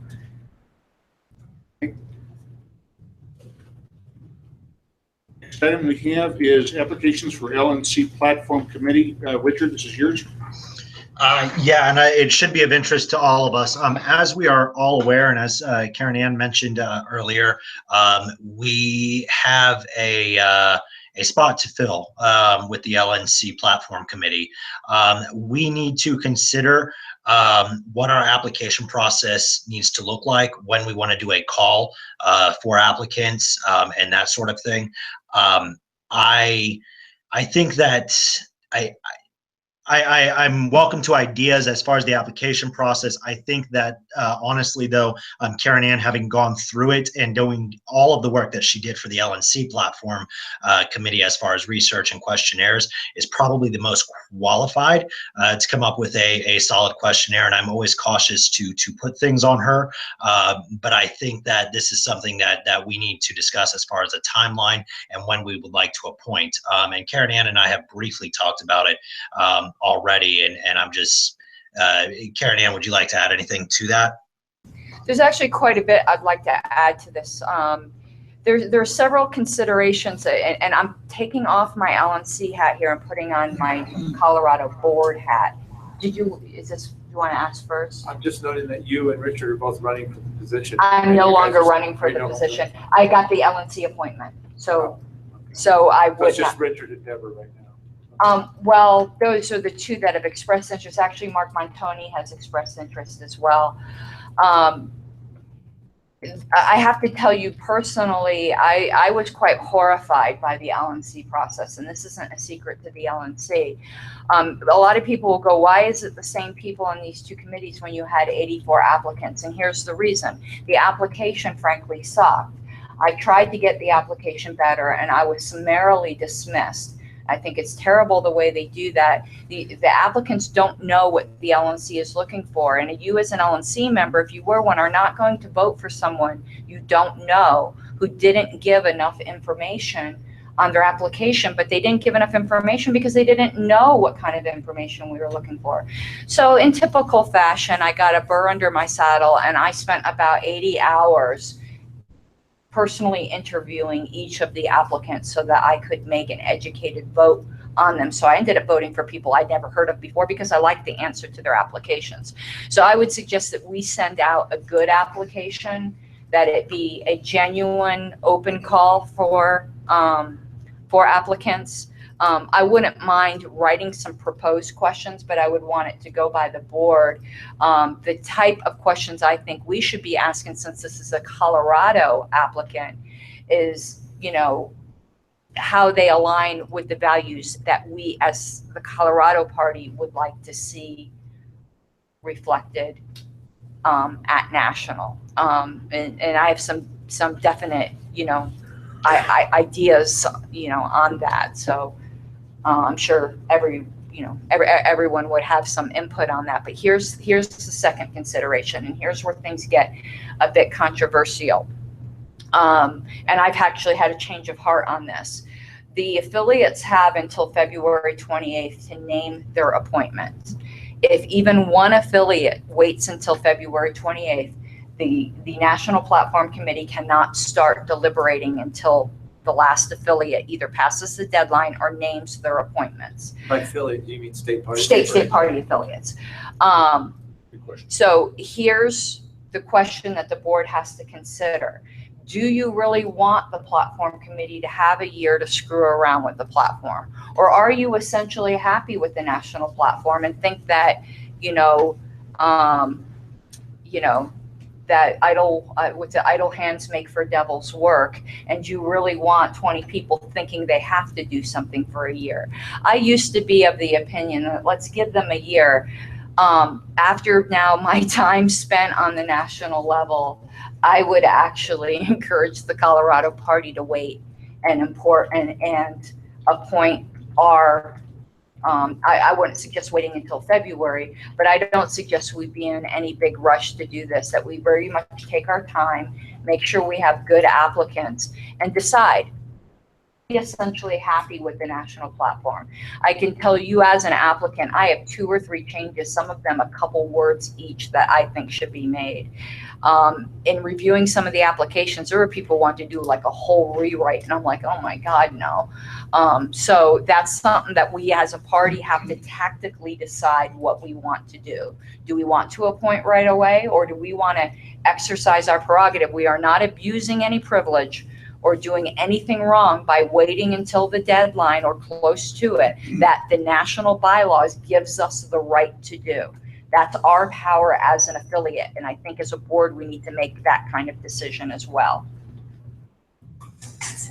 So what I want to add to that too is the way I kind of see this going in my head is that if we were to leave now and say we want to do this as soon as possible, but be kind of methodical about our approach as well, is we would leave this meeting and then spend the next month coming up with the application, draft the application, and then come to the next board meeting, hammer out any remaining details on the application, and then put out a call for volunteers and applicants. That would then have us voting for our person in July.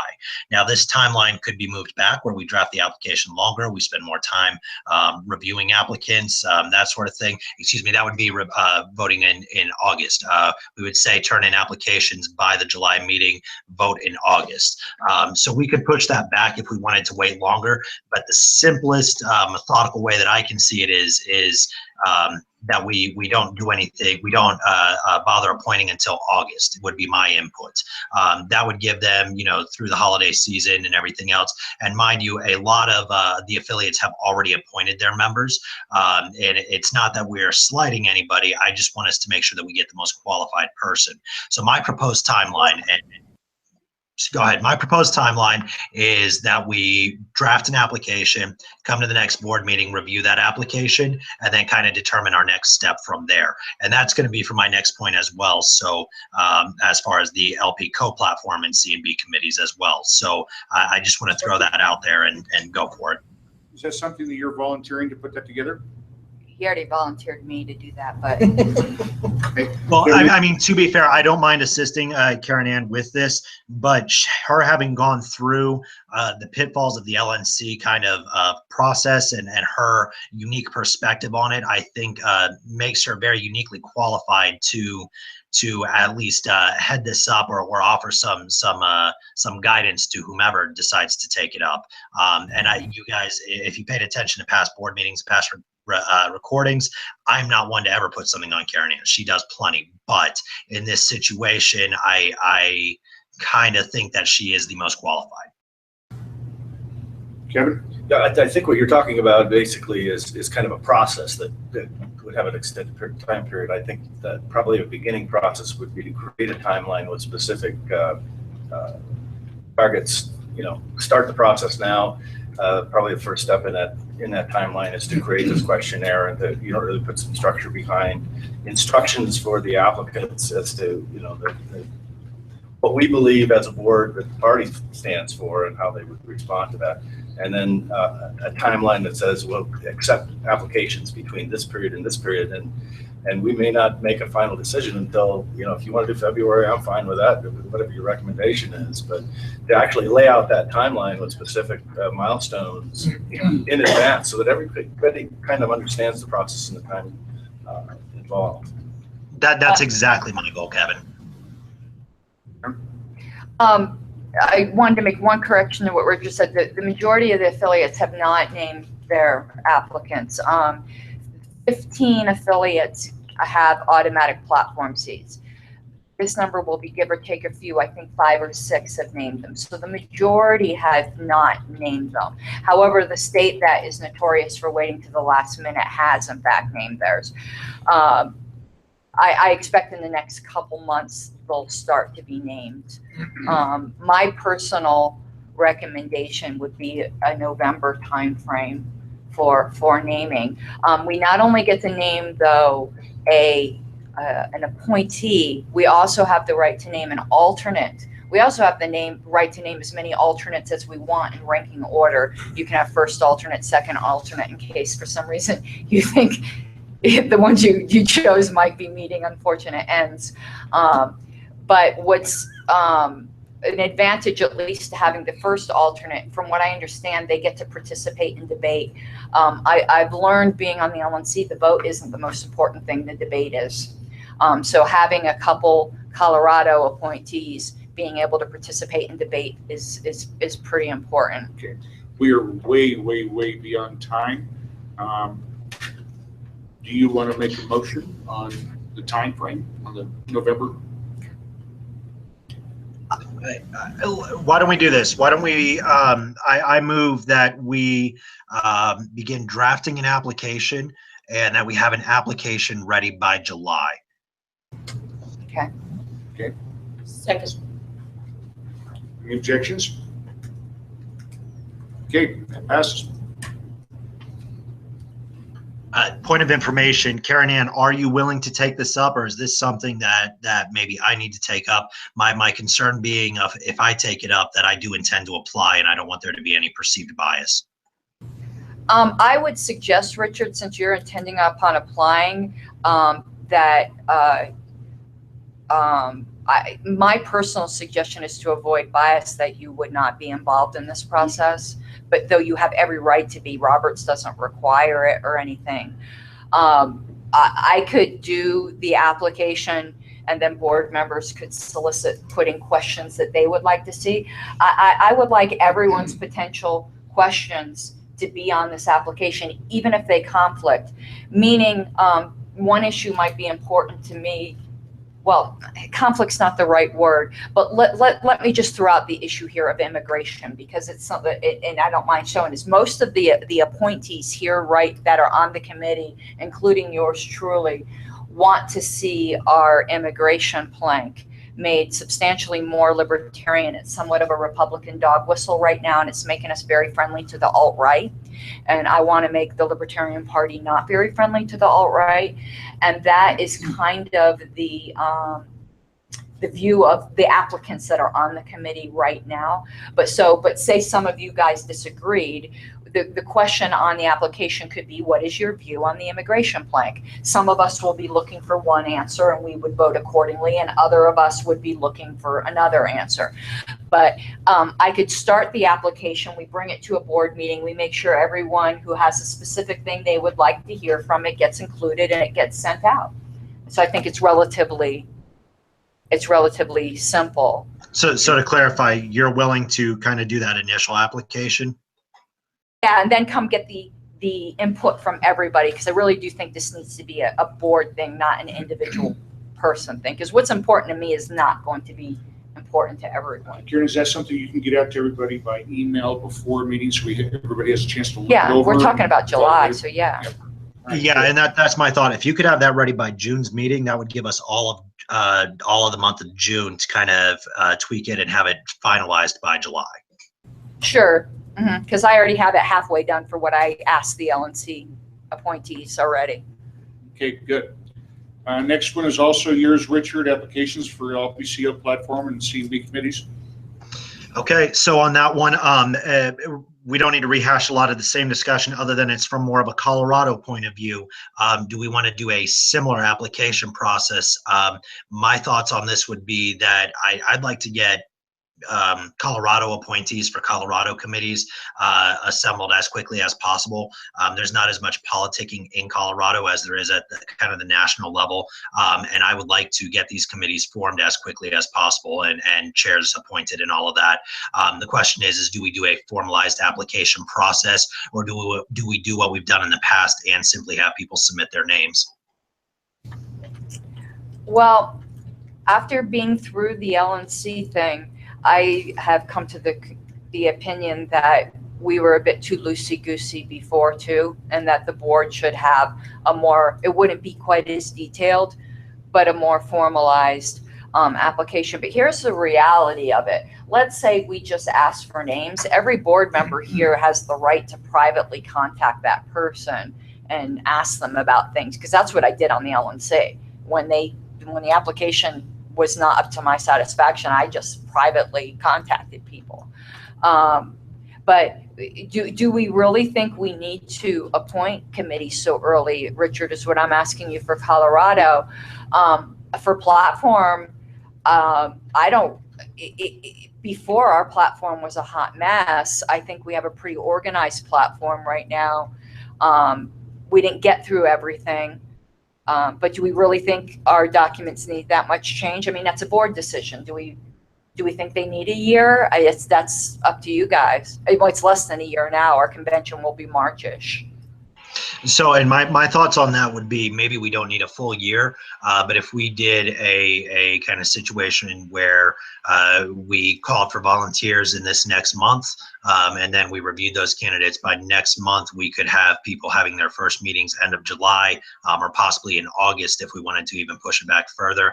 If we look at August, that'd be August, September, October, November, December, January, February, and then conventions in March. So that gives the committee 7 months to have a monthly meeting. That's roughly 7 meetings, possibly some emergency meetings in there. But I think 7 meetings is sufficient for us to get together. I think if we go to 3 or 4, we're not going to have a lot of recommendations on the floor. And most of the Constitution proposals were not heard. So at least Constitution and bylaws, I think, will need some time to hash some of that stuff out. As well as I know there was a proposal to look at combining both Constitution and bylaws into one document that was brought up last year that we didn't really have a chance to go over or process.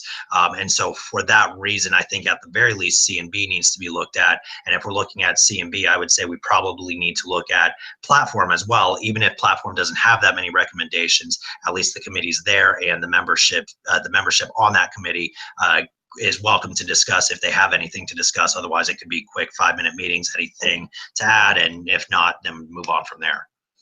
Well, I have a suggestion, Richard. How about we try to appoint our Constitution and Bylaws Committee early and use the same application process for when we send out for national platforms, say apply for either national or state, and that way maybe somebody we've decided we don't want to send to national, we can offer them a state position and there's less hurt feelings perhaps. And I think the general consensus is that our state platform's in pretty good shape, that it's the Constitution and bylaws that kind of still needed some more tweaking. We don't have to do them at the same time. There's no rule that says we have to. And I agree. There's no rule. I would just think for ease sake, it would be something. I'm willing to do whatever. I'm very passionate about C&B. I've been in 2 years. I was chair last year, and I think that we still have some work to do on C&B. And I think that waiting until November-ish for that time for appointment is not a way to do things. You want to start that, Richard, at the same time we start the LNC platform? No, that's not what he's saying. I think what Richard is suggesting, correct me if I'm wrong, I think what Richard is suggesting is that we have some proposed applications ready by next month for both state, national, and state for both committees, that we continue working on the national platform one maybe through July, but next meeting we approve a constitution and bylaws application and get that out to maybe make our constitution and bylaws state appointments in July. That would be my thought. That would be my thought. And I can start working on both applications, and we can finalize the constitution and bylaws one as a board next meeting, get those out, and then think about, because the national one's a much more weightier decision in some ways. And in some ways not really. I mean, it's our documents, and we'll be looking at that one for the next month. But I think doing national platform and state platform at the same time will help have people feel less rejected. If they don't make one, maybe they'll make the other. We can include more people.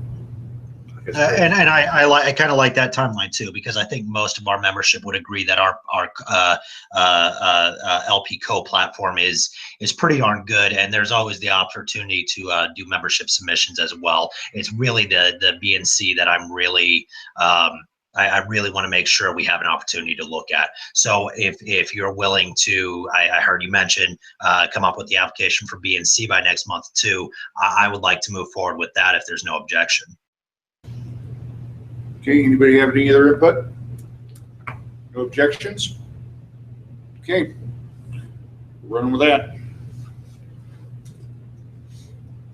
Okay, Richard, next one is you again, Western Slope Summit. I'm trying to commit with Karen Ann, as you can tell. Western Slope Summit. One of the things that was brought up kind of at our last convention was that the Western Slope feels a little bit isolated. As Daniel mentioned during his report, he's going to try to make it to as many of those mountain meetings as possible. I myself am going to try to do the same thing, although I'm quite a ways north of Denver, so carpooling for me is a little bit more difficult with most of the people on the board. But one of the things that was brought up was an idea of a Western Slope Summit. Think the ideas at conventions sometimes go by the wayside, but specifically during when I put out the monthly request for information, Jay once again threw that out there that he would really like the board's support in coming up with ideas and possibly assisting with some sort of a Western Slope Summit. I don't know necessarily that we want to take this on fully as a board, but what support would we like to throw to this, or what interest would the board have in something like this, and when would we like to see something like that done if we decide to get involved? Well, I think this is something, Richard, that we need to have the regions director deeply involved in. The reality is we probably only have 40 or 50 people on the entire Western Slope that typically go to any of the meetings, and regularly probably closer to 15 or 20. As important as it is, I don't think we need to be spending a lot of time on it. What are your thoughts, Daniel? You've been speaking with the Western Slope guys. Well, I mean, essentially it sounds like doing a mini convention. And here's the problem with doing a mini convention is we're putting out a lot more resources for a lot smaller area. I think that is a good idea for a few years down the line, once we've developed the Western Slope region a little bit more and kind of got 2-3 affiliates out there, something where if we were going to hold something like this, we would look at an attendance of 60, 70 plus. And we'd essentially want to do at least half of what we're doing at our state convention at something like this, or more if we can. Okay, David, you had something for us? Yes, back in the 90s, we held a kind of a all-day meeting in Dillon one year, and we got a lot of people from the Western Slope, and so that might be a compromise. Yeah, that's close enough that the Denver people could make it if they were so inclined, and yet it's only about a 3-hour drive from Grand Junction or Delta. Karen?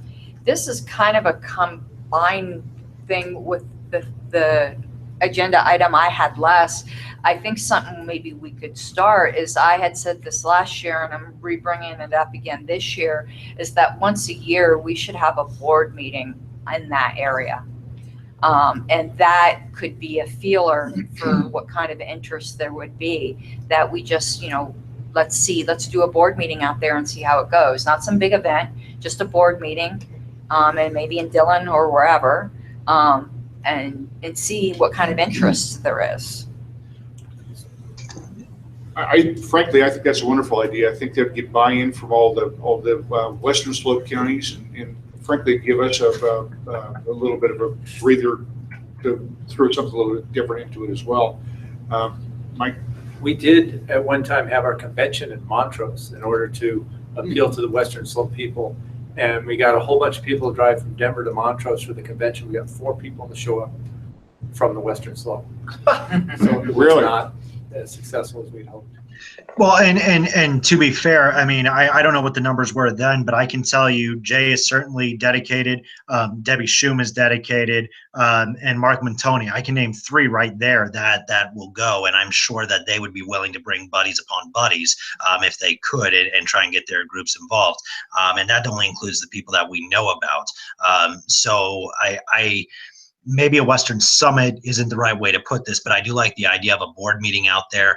Perhaps if we made it kind of a slightly different board meeting, say we did it on a Saturday with maybe a guest speaker and then a board meeting to follow, something like that, where it felt a little bit more formalized and they felt like we were doing something for them as well. That would really be a way to feel it out, I think, as opposed to just doing a board meeting, because honestly, board meetings can be boring to some people, and that's not why they're going to want to go. But if we have the right guest speaker, then we might be able to get some attraction and see kind of the interest that's out there. Hush your mouth. Hold on. I would also add that maybe if we tempt them with happy hour after the board meeting, we might get some interest as well. We can make this a little bit more graceful, guys. We don't have to go all the way to Montrose. We could do something in Vail or Dillon or something like that. Yeah. That would, rather than for them being a 5.5-hour drive, it'd be a 3-hour drive.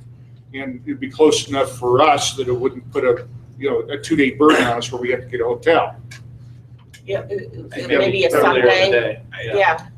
Well, I think essentially Karen Ann and I had a similar proposal on the agenda, and then basically the same idea. I've actually written out some ideas about holding a consistent board meeting once per year in a different location. This gives the people in those outlying counties an opportunity. And it is one of those things, like maybe they can't make it 3.5 hours to come here to Denver to the board meeting, but they can make it 30 minutes and they at least get to come to one and make their voice heard and interact with us. Okay, I think that's a wonderful idea. And also a southern Colorado location would be a good idea. More down the Pueblo end. No, I don't know about those people. While we're at it, I'm going to throw out NOCO. I'm just throwing it out there. Yeah, I know that's another one that's important. That's 3 years down the road. All right, so let's Daniel, per your proposal, would you reach out to some of the mountain affiliates and see if you can get some buy-in from them and see if they'd be willing to participate in finding the location? Yeah, they would need to find Absolutely. the location because we don't know the area. The way I have it laid out is we would basically, a few months beforehand, coordinate with the affiliate. They set up where the meeting will be. And the reason I'm leaning towards an affiliate is they already have board meetings of their own. So they have a location. They just have to make sure it's open for when we're going to be there to use it.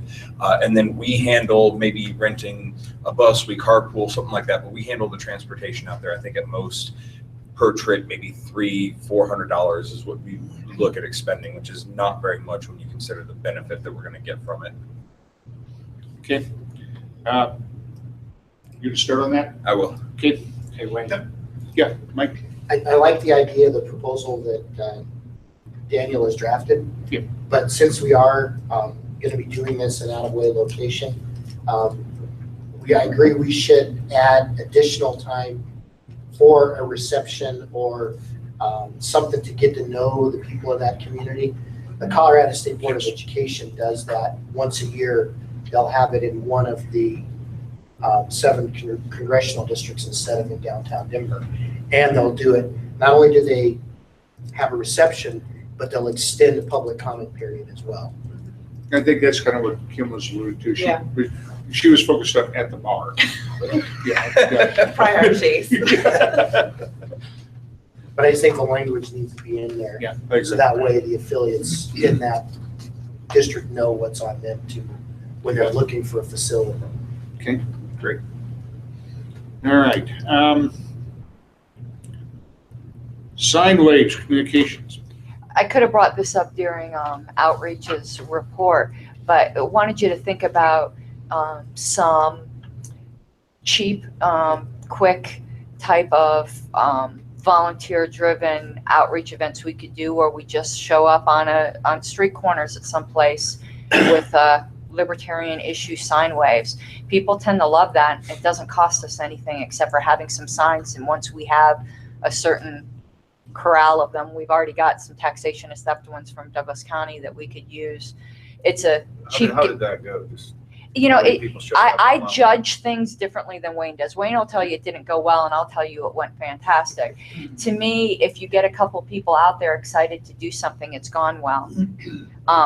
Volunteers want events to go to, even if it's just 2 or 3 of them. You don't know how many people that passed by and saw that. I just think we start to We need got a more. lot of thumbs up. Yeah, more visibility. I don't think we need judge it by 20 people showing up. I'm happy if a person shows up and we get to do some libertarian stuff for a couple hours and go out and have a drink. It's the type of stuff like that that's going to build the camaraderie in our party that we need. And they don't cost. Sorry, Karen Ann. Go ahead. So my thought was it's also a good way. It's a different sort of outreach. It's one that's us driven, and so we can do it anywhere by our own rules, however we want, and we still get exposure, as opposed to always spending money on a booth and insurance and trying to get volunteers who have to show up. If we can get 4 or 5 people interested in doing a sign waving, and we get a bunch of thumbs up, well, I mean, that's still a form of outreach. That's still getting us out there and visible. It's free. And what if nobody shows up? What's to be? Okay, then it doesn't happen. It costs us nothing. And we'll always have a couple people. And, there's freaks like me who just love that shit. I think that's something that, although communications brought it up, Kevin, is that something it's under your purview? Is that it's kind of a thing that, as I kind of talked about earlier, that it's a very localized event. And it's the kind of thing that I love the idea, and we should, when Douglas County does a taxation is theft sign waving, the state party should get behind that and publicize it and try to get more involvement. But I'm not so sure that us actually having a proactive approach to host those type of events. Would love to work with, so that they all end up on, the bridge outside of the stadium over here. We need to spread it around. Until we have affiliates, I think we kind of have to spearhead these types of things. Because we need something in our I get confused, in our state blasts of things for people to do. Right. Anybody heard of progressive dinner parties? Where you go to one person's house for Have an appetizer here. What about if we had everybody show up in yellow and we all had a different like open, especially in the summer in the evenings, hit a different restaurant or something for an appetizer, and then we go here for a burger, and we go to the next place, and we literally walk down the street. Kind of do a pub crawl down Yeah. Broadway and go to 5 different places For and make an evening of for it. appetizer. There's a million different things, guys, that the value of those type of things is it doesn't cost the party anything. It just takes a little bit of time and it's fun for everybody. Yeah. I think ultimately I'd love to see where there is an affiliate, for the affiliate to be the one that drives the bus, but where there's not an affiliate, then the state party has to step up. So let's put some thoughts together on that. I love the idea of free outreach. And the experience that we had at the taxation and theft thing was pretty good. I just want to kind of, I want to do whatever makes sense for us, but I don't want to divert from, I go back to, we all, I guess, copied this format of looking at your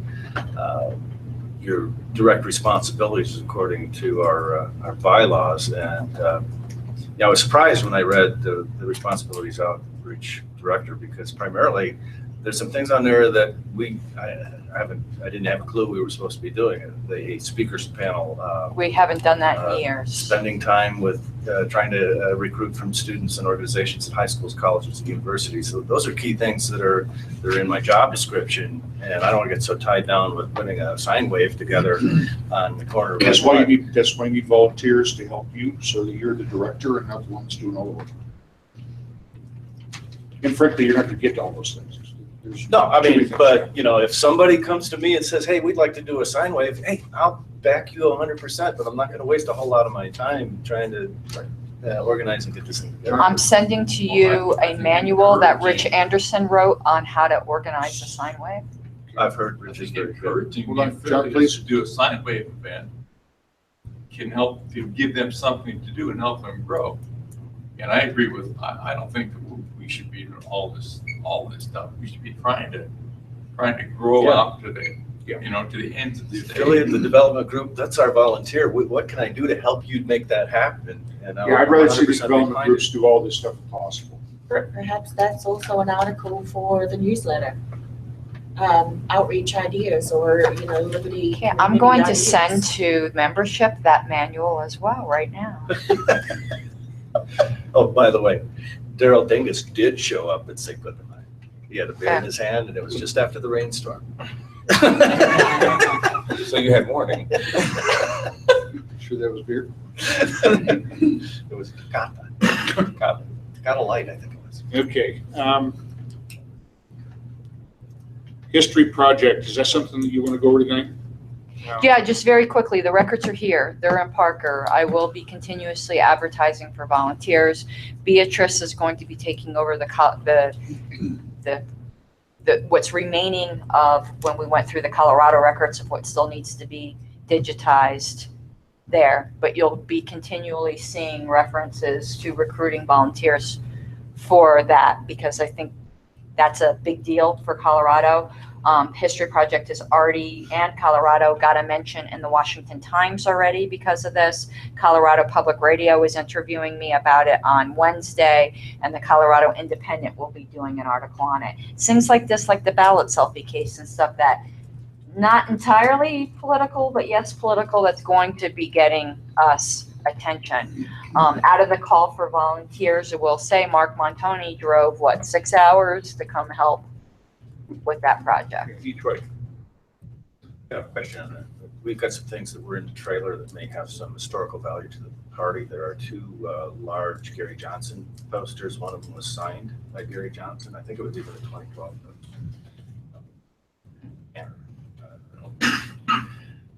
For us, and we've got several old state election yard signs. May not even be alive today. They're just gonna sit and rot. Well, that kind of stuff will be stuff that's, as a state party, we have to decide if we're going to preserve it. The National Historical Project is concerned with national. That's why I said Beatrice. That's Gary Johnson. There's two large posters and one signed, and he was our national candidate twice. So is that something you want, or maybe? Or can I put that up and say, anybody want this? Because we don't need to store it long-term in a trailer. Instead of giving that, do you think people would be willing to pay for that in a fundraising auction? That's what I was If I going could get to an auctioneer suggest. of your quality, we could probably get a couple $100 for that. Yeah, that's what I would suggest, is raise money for the state party for it. Because the type of historical information we're talking about is more who was on the board, who did this, not things such as signatures, like collector's items isn't the type of thing we're doing. We're doing more the bare historical facts. And large things, and it's going on LPDA. You know, we could take a picture of it, and I'd love to preserve the picture of that signature on LPDA, but the sign itself is something which would be more of a memorabilia. We could probably make some money off it. Okay. Next one is yours as well. Okay, recruiting volunteers, and I will talk with Steve about this as to how we're going to overlap here. But if anyone wants volunteers, tell me what you want, what you need them for, and I will get them for you. I'm going to tell you something that happened last year. I'm not going to name names because it doesn't matter.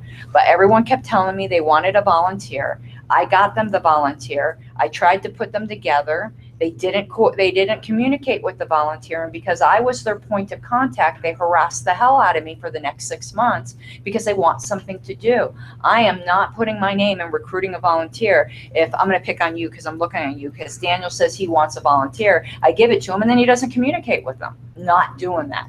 So if you guys want a volunteer, I will get you your volunteers, but you got to commit that you're going to actually do something with them, even if it's telling them, I'm sorry, your skill set really just doesn't fit, and not just ignore them so that they harass me. In which case, if their skill set doesn't fit, set them to making calls.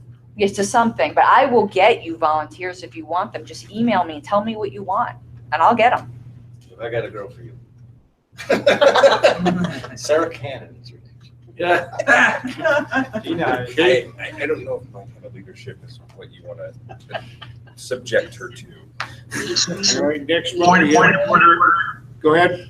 Hey, Wayne, I just want everybody to be aware we've got 5 minutes left for our official meeting time. We've got a lot of notes on the agenda. If we can gloss over anything, that would probably be preferred, or we need to start looking at tabling some items.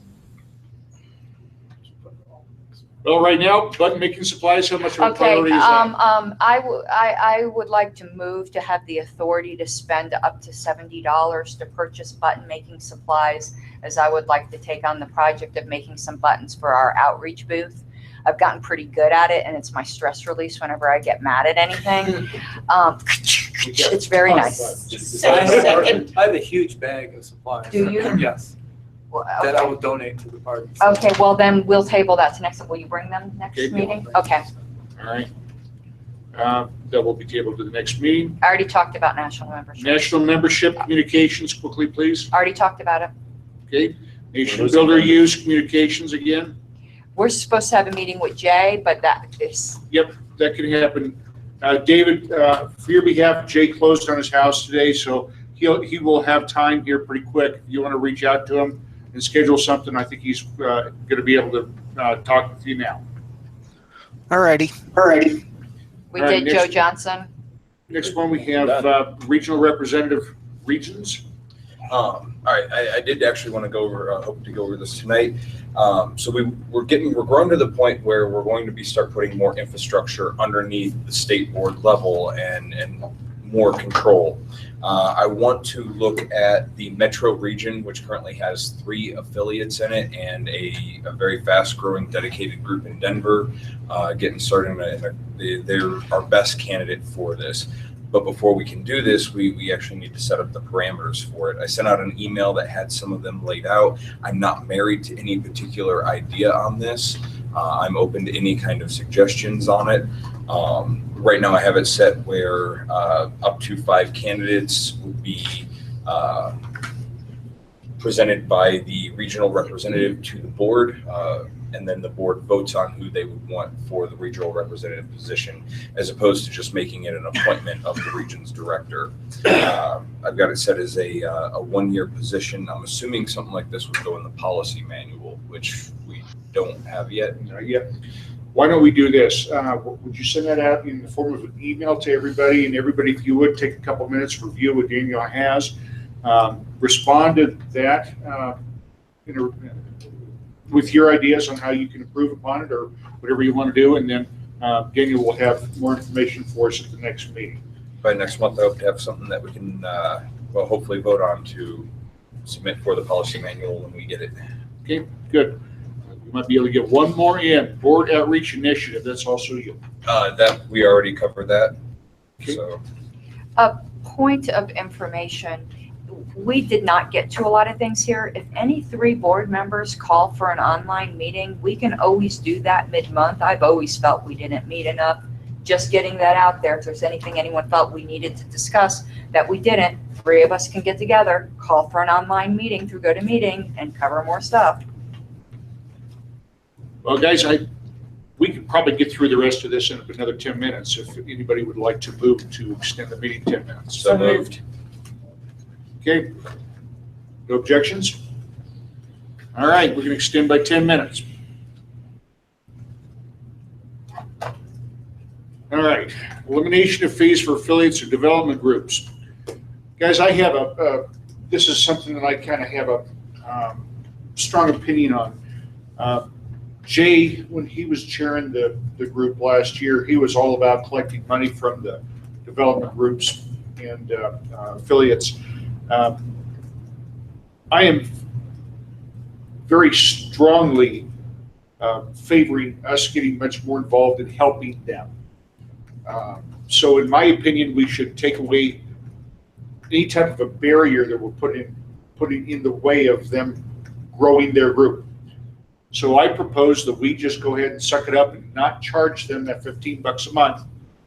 And I know that's going to put a burden on our fundraising director to make up for that that hole that we're leaving. But I want to give the development groups and the affiliates all the support that we can, and I don't want them to feel as though we have our hand in their pocket. We all know how that feels, and it doesn't feel good. You know, when we did Douglas County, we were okay with that because we recognized that was our contribution to the state party. But I think there's a lot of development groups and affiliates who don't feel that way, because I've seen a lot of pushback from the guys. When I did the classic convention, I saw a lot of pushback. And it wasn't necessarily the money, it was the idea. So my proposal was that, and I'd like y'all to consider, that we stop charging the affiliates and development groups for access to our database. I move that we stop charging those fees. And how much are we collecting right now? John? Is Douglas the only one paying? No, we got about four affiliates that are paying.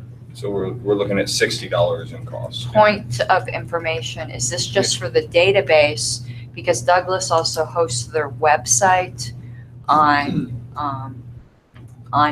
Nation Builder.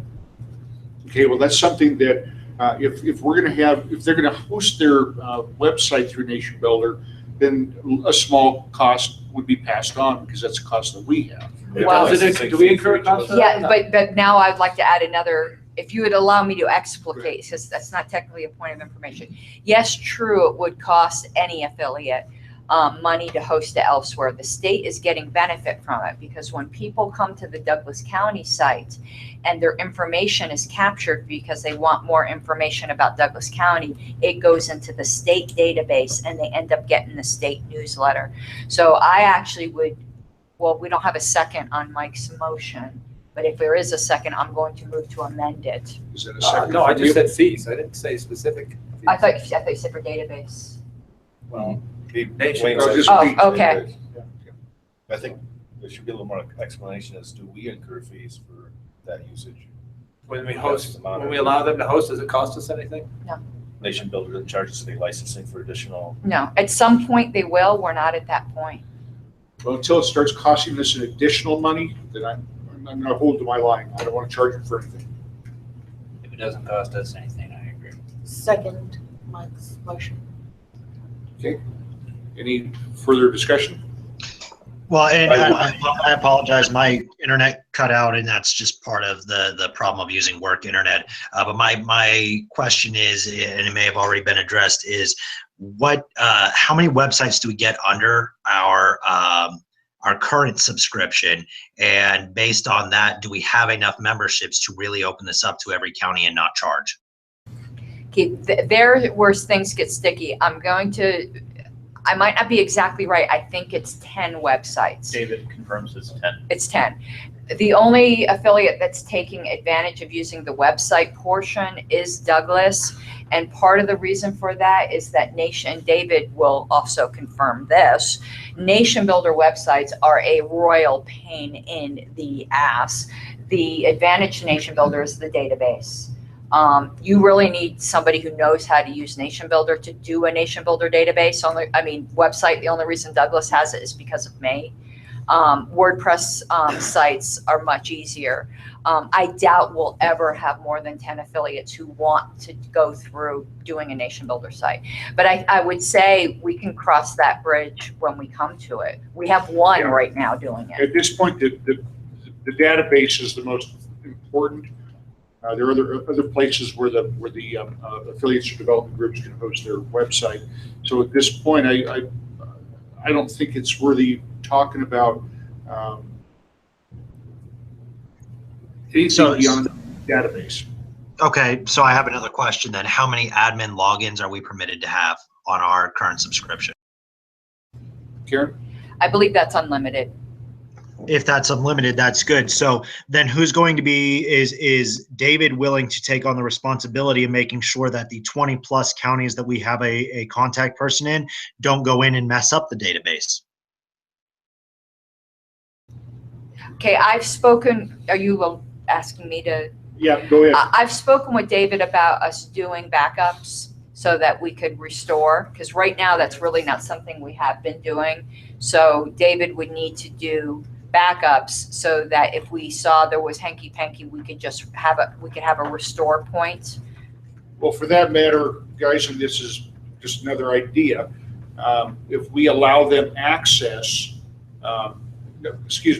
if we allow them the information, it doesn't mean we have to allow them access. With David, if he's willing to, we could just have him send the information to them, all the registered voters in Dolores County or whatever it is. But they can look at it, being able to modify it, right? David wants to offer his input right All right, David, go ahead. Yeah, I have started doing weekly backups, which is basically an export of every contact we have, and I've been uploading that to the Google Drive.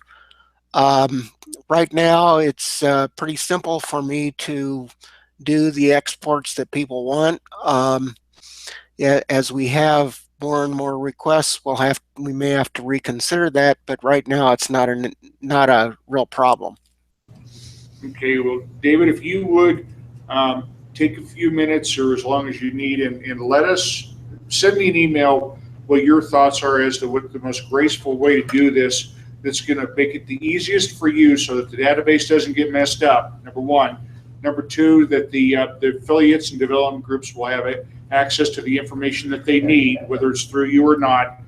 And then just put together an idea for me and a proposal so that we can have something to look at next month. Well, okay. We have a motion right now. Right, this is discussion Okay, on the motion. Yeah. So we have a motion and a second. Kim, do you have something? Yeah, and so as for David's sanity, would it be a good idea to allow access only after they have completed a Nation Builder training and passed a little test? Well, that may not even be the case. Let's find out what David proposes here, because he may say, I'll just do it. Just have them send me an email as to what they want, and I'll just send it to them. That way there's no chance of them getting into the system. And if they want to build a website, because I know a lot of people, myself included, did not know that we could have a Nation Builder website for a development group. Okay. John? Do you think there might be some resentment from people who have been paying? Not if we stop. You no longer have to pay us. And hopefully that, if they resent it, then there's nothing we can do about that. I think we would still accept voluntary contributions. Yes. Clayton said Richard has something for us. Yeah, so the other thing I have, and this is what I did when I first took over as Regions Director a year and a half ago before Jay shut me down, was the Regions Director acted as the point of contact for the regions. If they requested a membership list of everybody in their county, the Regions Director exported it, sent it to them, and said, hey, I'm not going to format this in any special way for you, but here's everybody that's in your county with an email address. Here's everybody in your county with a phone number, et cetera, et cetera. I personally, I'm not going to vote in favor of this. I am fine with them having the data. I am not okay with them having the access unless we can find a way to limit that access in some way that they cannot mess something up. Do you want to issue an amendment, Richard? No, because I think we can simply instruct the Regions Director to do this. I'm voting against this motion. Well, I would have an amendment then. Well, what was your original motion? Maybe I don't, because I don't think your motion is really affected by his. Spalding move, we stop collecting nation builder fees. Yeah, well, that really, That's a separate issue. it's a separate issue from what you were objecting to, Richard. Yeah. Good point. I'm objecting to the point on the agenda to give them Nation Builder access. I didn't hear the motion because my internet cut out. The motion was that we stop charging fees. Okay, to me, that would mean that means we don't give anybody access. If the motion doesn't include anything about expanding access, then that's fine. We stop charging fees. Nobody has access. Well, now you're missing part of the conversation, Richard. Did you hear the Well, part? I'm listening to the motion. The motion is what was been proposed here. So if the motion is going to be amended to include something about access, then that's fine. We don't charge them, but we don't allow them. Well, this is We what. already allow them access. Okay, I have an amendment to Mike's motion, and it would be, it would be that we stop charging Nation Builder fees, that we, including website hosting, dependent upon availability, because we only have up to 10, so first come, first serve, with procedures for obtaining data to be determined separately, and we'll be voting on that next month. It's just, this is basically, we're gonna stop charging them fees. We'll offer websites up to the 10, first come, first serve. Point of order. Yeah. We've reached our extension time. Yeah. Guys, we're not gonna finish everything that is on our agenda here, but I think we can finish this one point if we extend for 5 minutes. Do we have a motion to extend for 5? So moved. Second. Any objections? Okay, let's get this thing done now. I called the question. Okay, the question is, the motion is that we will stop collecting fees from the affiliates and the development groups, and that this will allow them to have access to the database, but not necessarily access to the. That's not. No, that's not, no. Okay. The motion is we stop collecting nation builder fees. That's actually not even, I had an amendment. But we didn't go through. There was no second. You didn't say it. Was there a second? No. Well, this You is didn't small. finish saying it. Well, no, Well, 'cause we no, I- hit the end of time. I was Yeah. done Yes. saying it The before. end of time happened before your. But I But we've second just Karen Ann's amendment. extended, and we don't need a second in a small committee anyway. Okay, so what is your? The amendment was your motion to specifically include websites on a first come, first served basis, depending upon availability, with Dissemination. with dissemination, with the procedure for dissemination of data to be determined at a later board meeting. So it doesn't give them access. We may vote on access at a later board meeting, but we may not. That was my amendment. It isolates us down to the fees, basically. To the fees, including websites first come, first served. So as a point of information, this only affects literally one county, Douglas County. Well, Douglas County, the website does, but the $15 affects 3 or 4 counties. Yeah, four Should we have counties. an effective date on this? Effective this motion? immediately, I think it would be Yeah. applied. Without a date, it's effective. Yeah. But I think this is not related to the main motion, so it's not really an amendment of the motion. It's a whole separate issue, access to a database. This is just fees. Well, fees is for websites, so I think I it think is it's related. I think it's clarifying what fees. Point of order, I personally agree with Mike, but at the same time, Wayne has the ultimate discretion. Yeah, I think it's germane, and frankly, they're all tied together. So if we have no further objection, I think we should go ahead and take a vote. Well, technically, you need to vote on whether we're going to vote. If the question was called, you need to. Yeah, Is there any objection to calling the Vote on the question? amendment first. No, first you got to vote on the question. Ask called. if there's an objection to calling Is the there an question. objection to call the question? Now we vote on whether we're going to accept the amendment. Then the amendment becomes the main motion, and we vote on the motion. Now the vote will be on the amendment, which is where there is. We just said it. Yeah, we just said it. Everybody knows what it is. Do we have any objections on that? I object. Okay, so we have to do an You got a roll call vote. Treasurer?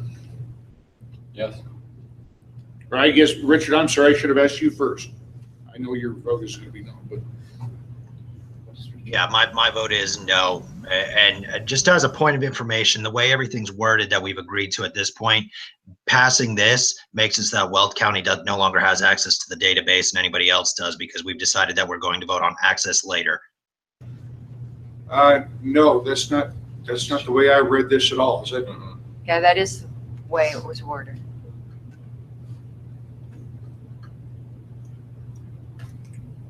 Because the procedure hasn't been determined. Because the procedure hasn't Okay. been determined. Well, we need to go ahead and vote on this. If it doesn't pass, we're going to go ahead and readdress it next month. Treasurer, John? I'm not sure. You don't have to vote. We don't want to put anybody in a bad spot. I didn't read it that way, but Aye. Aye. okay. Fundraising? Abstain. Okay. Campaigns? We're voting on the amendment? Yeah. No.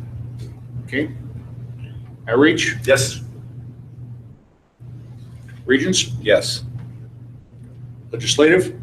Yes. Membership? Not attending. He's not here. Not present.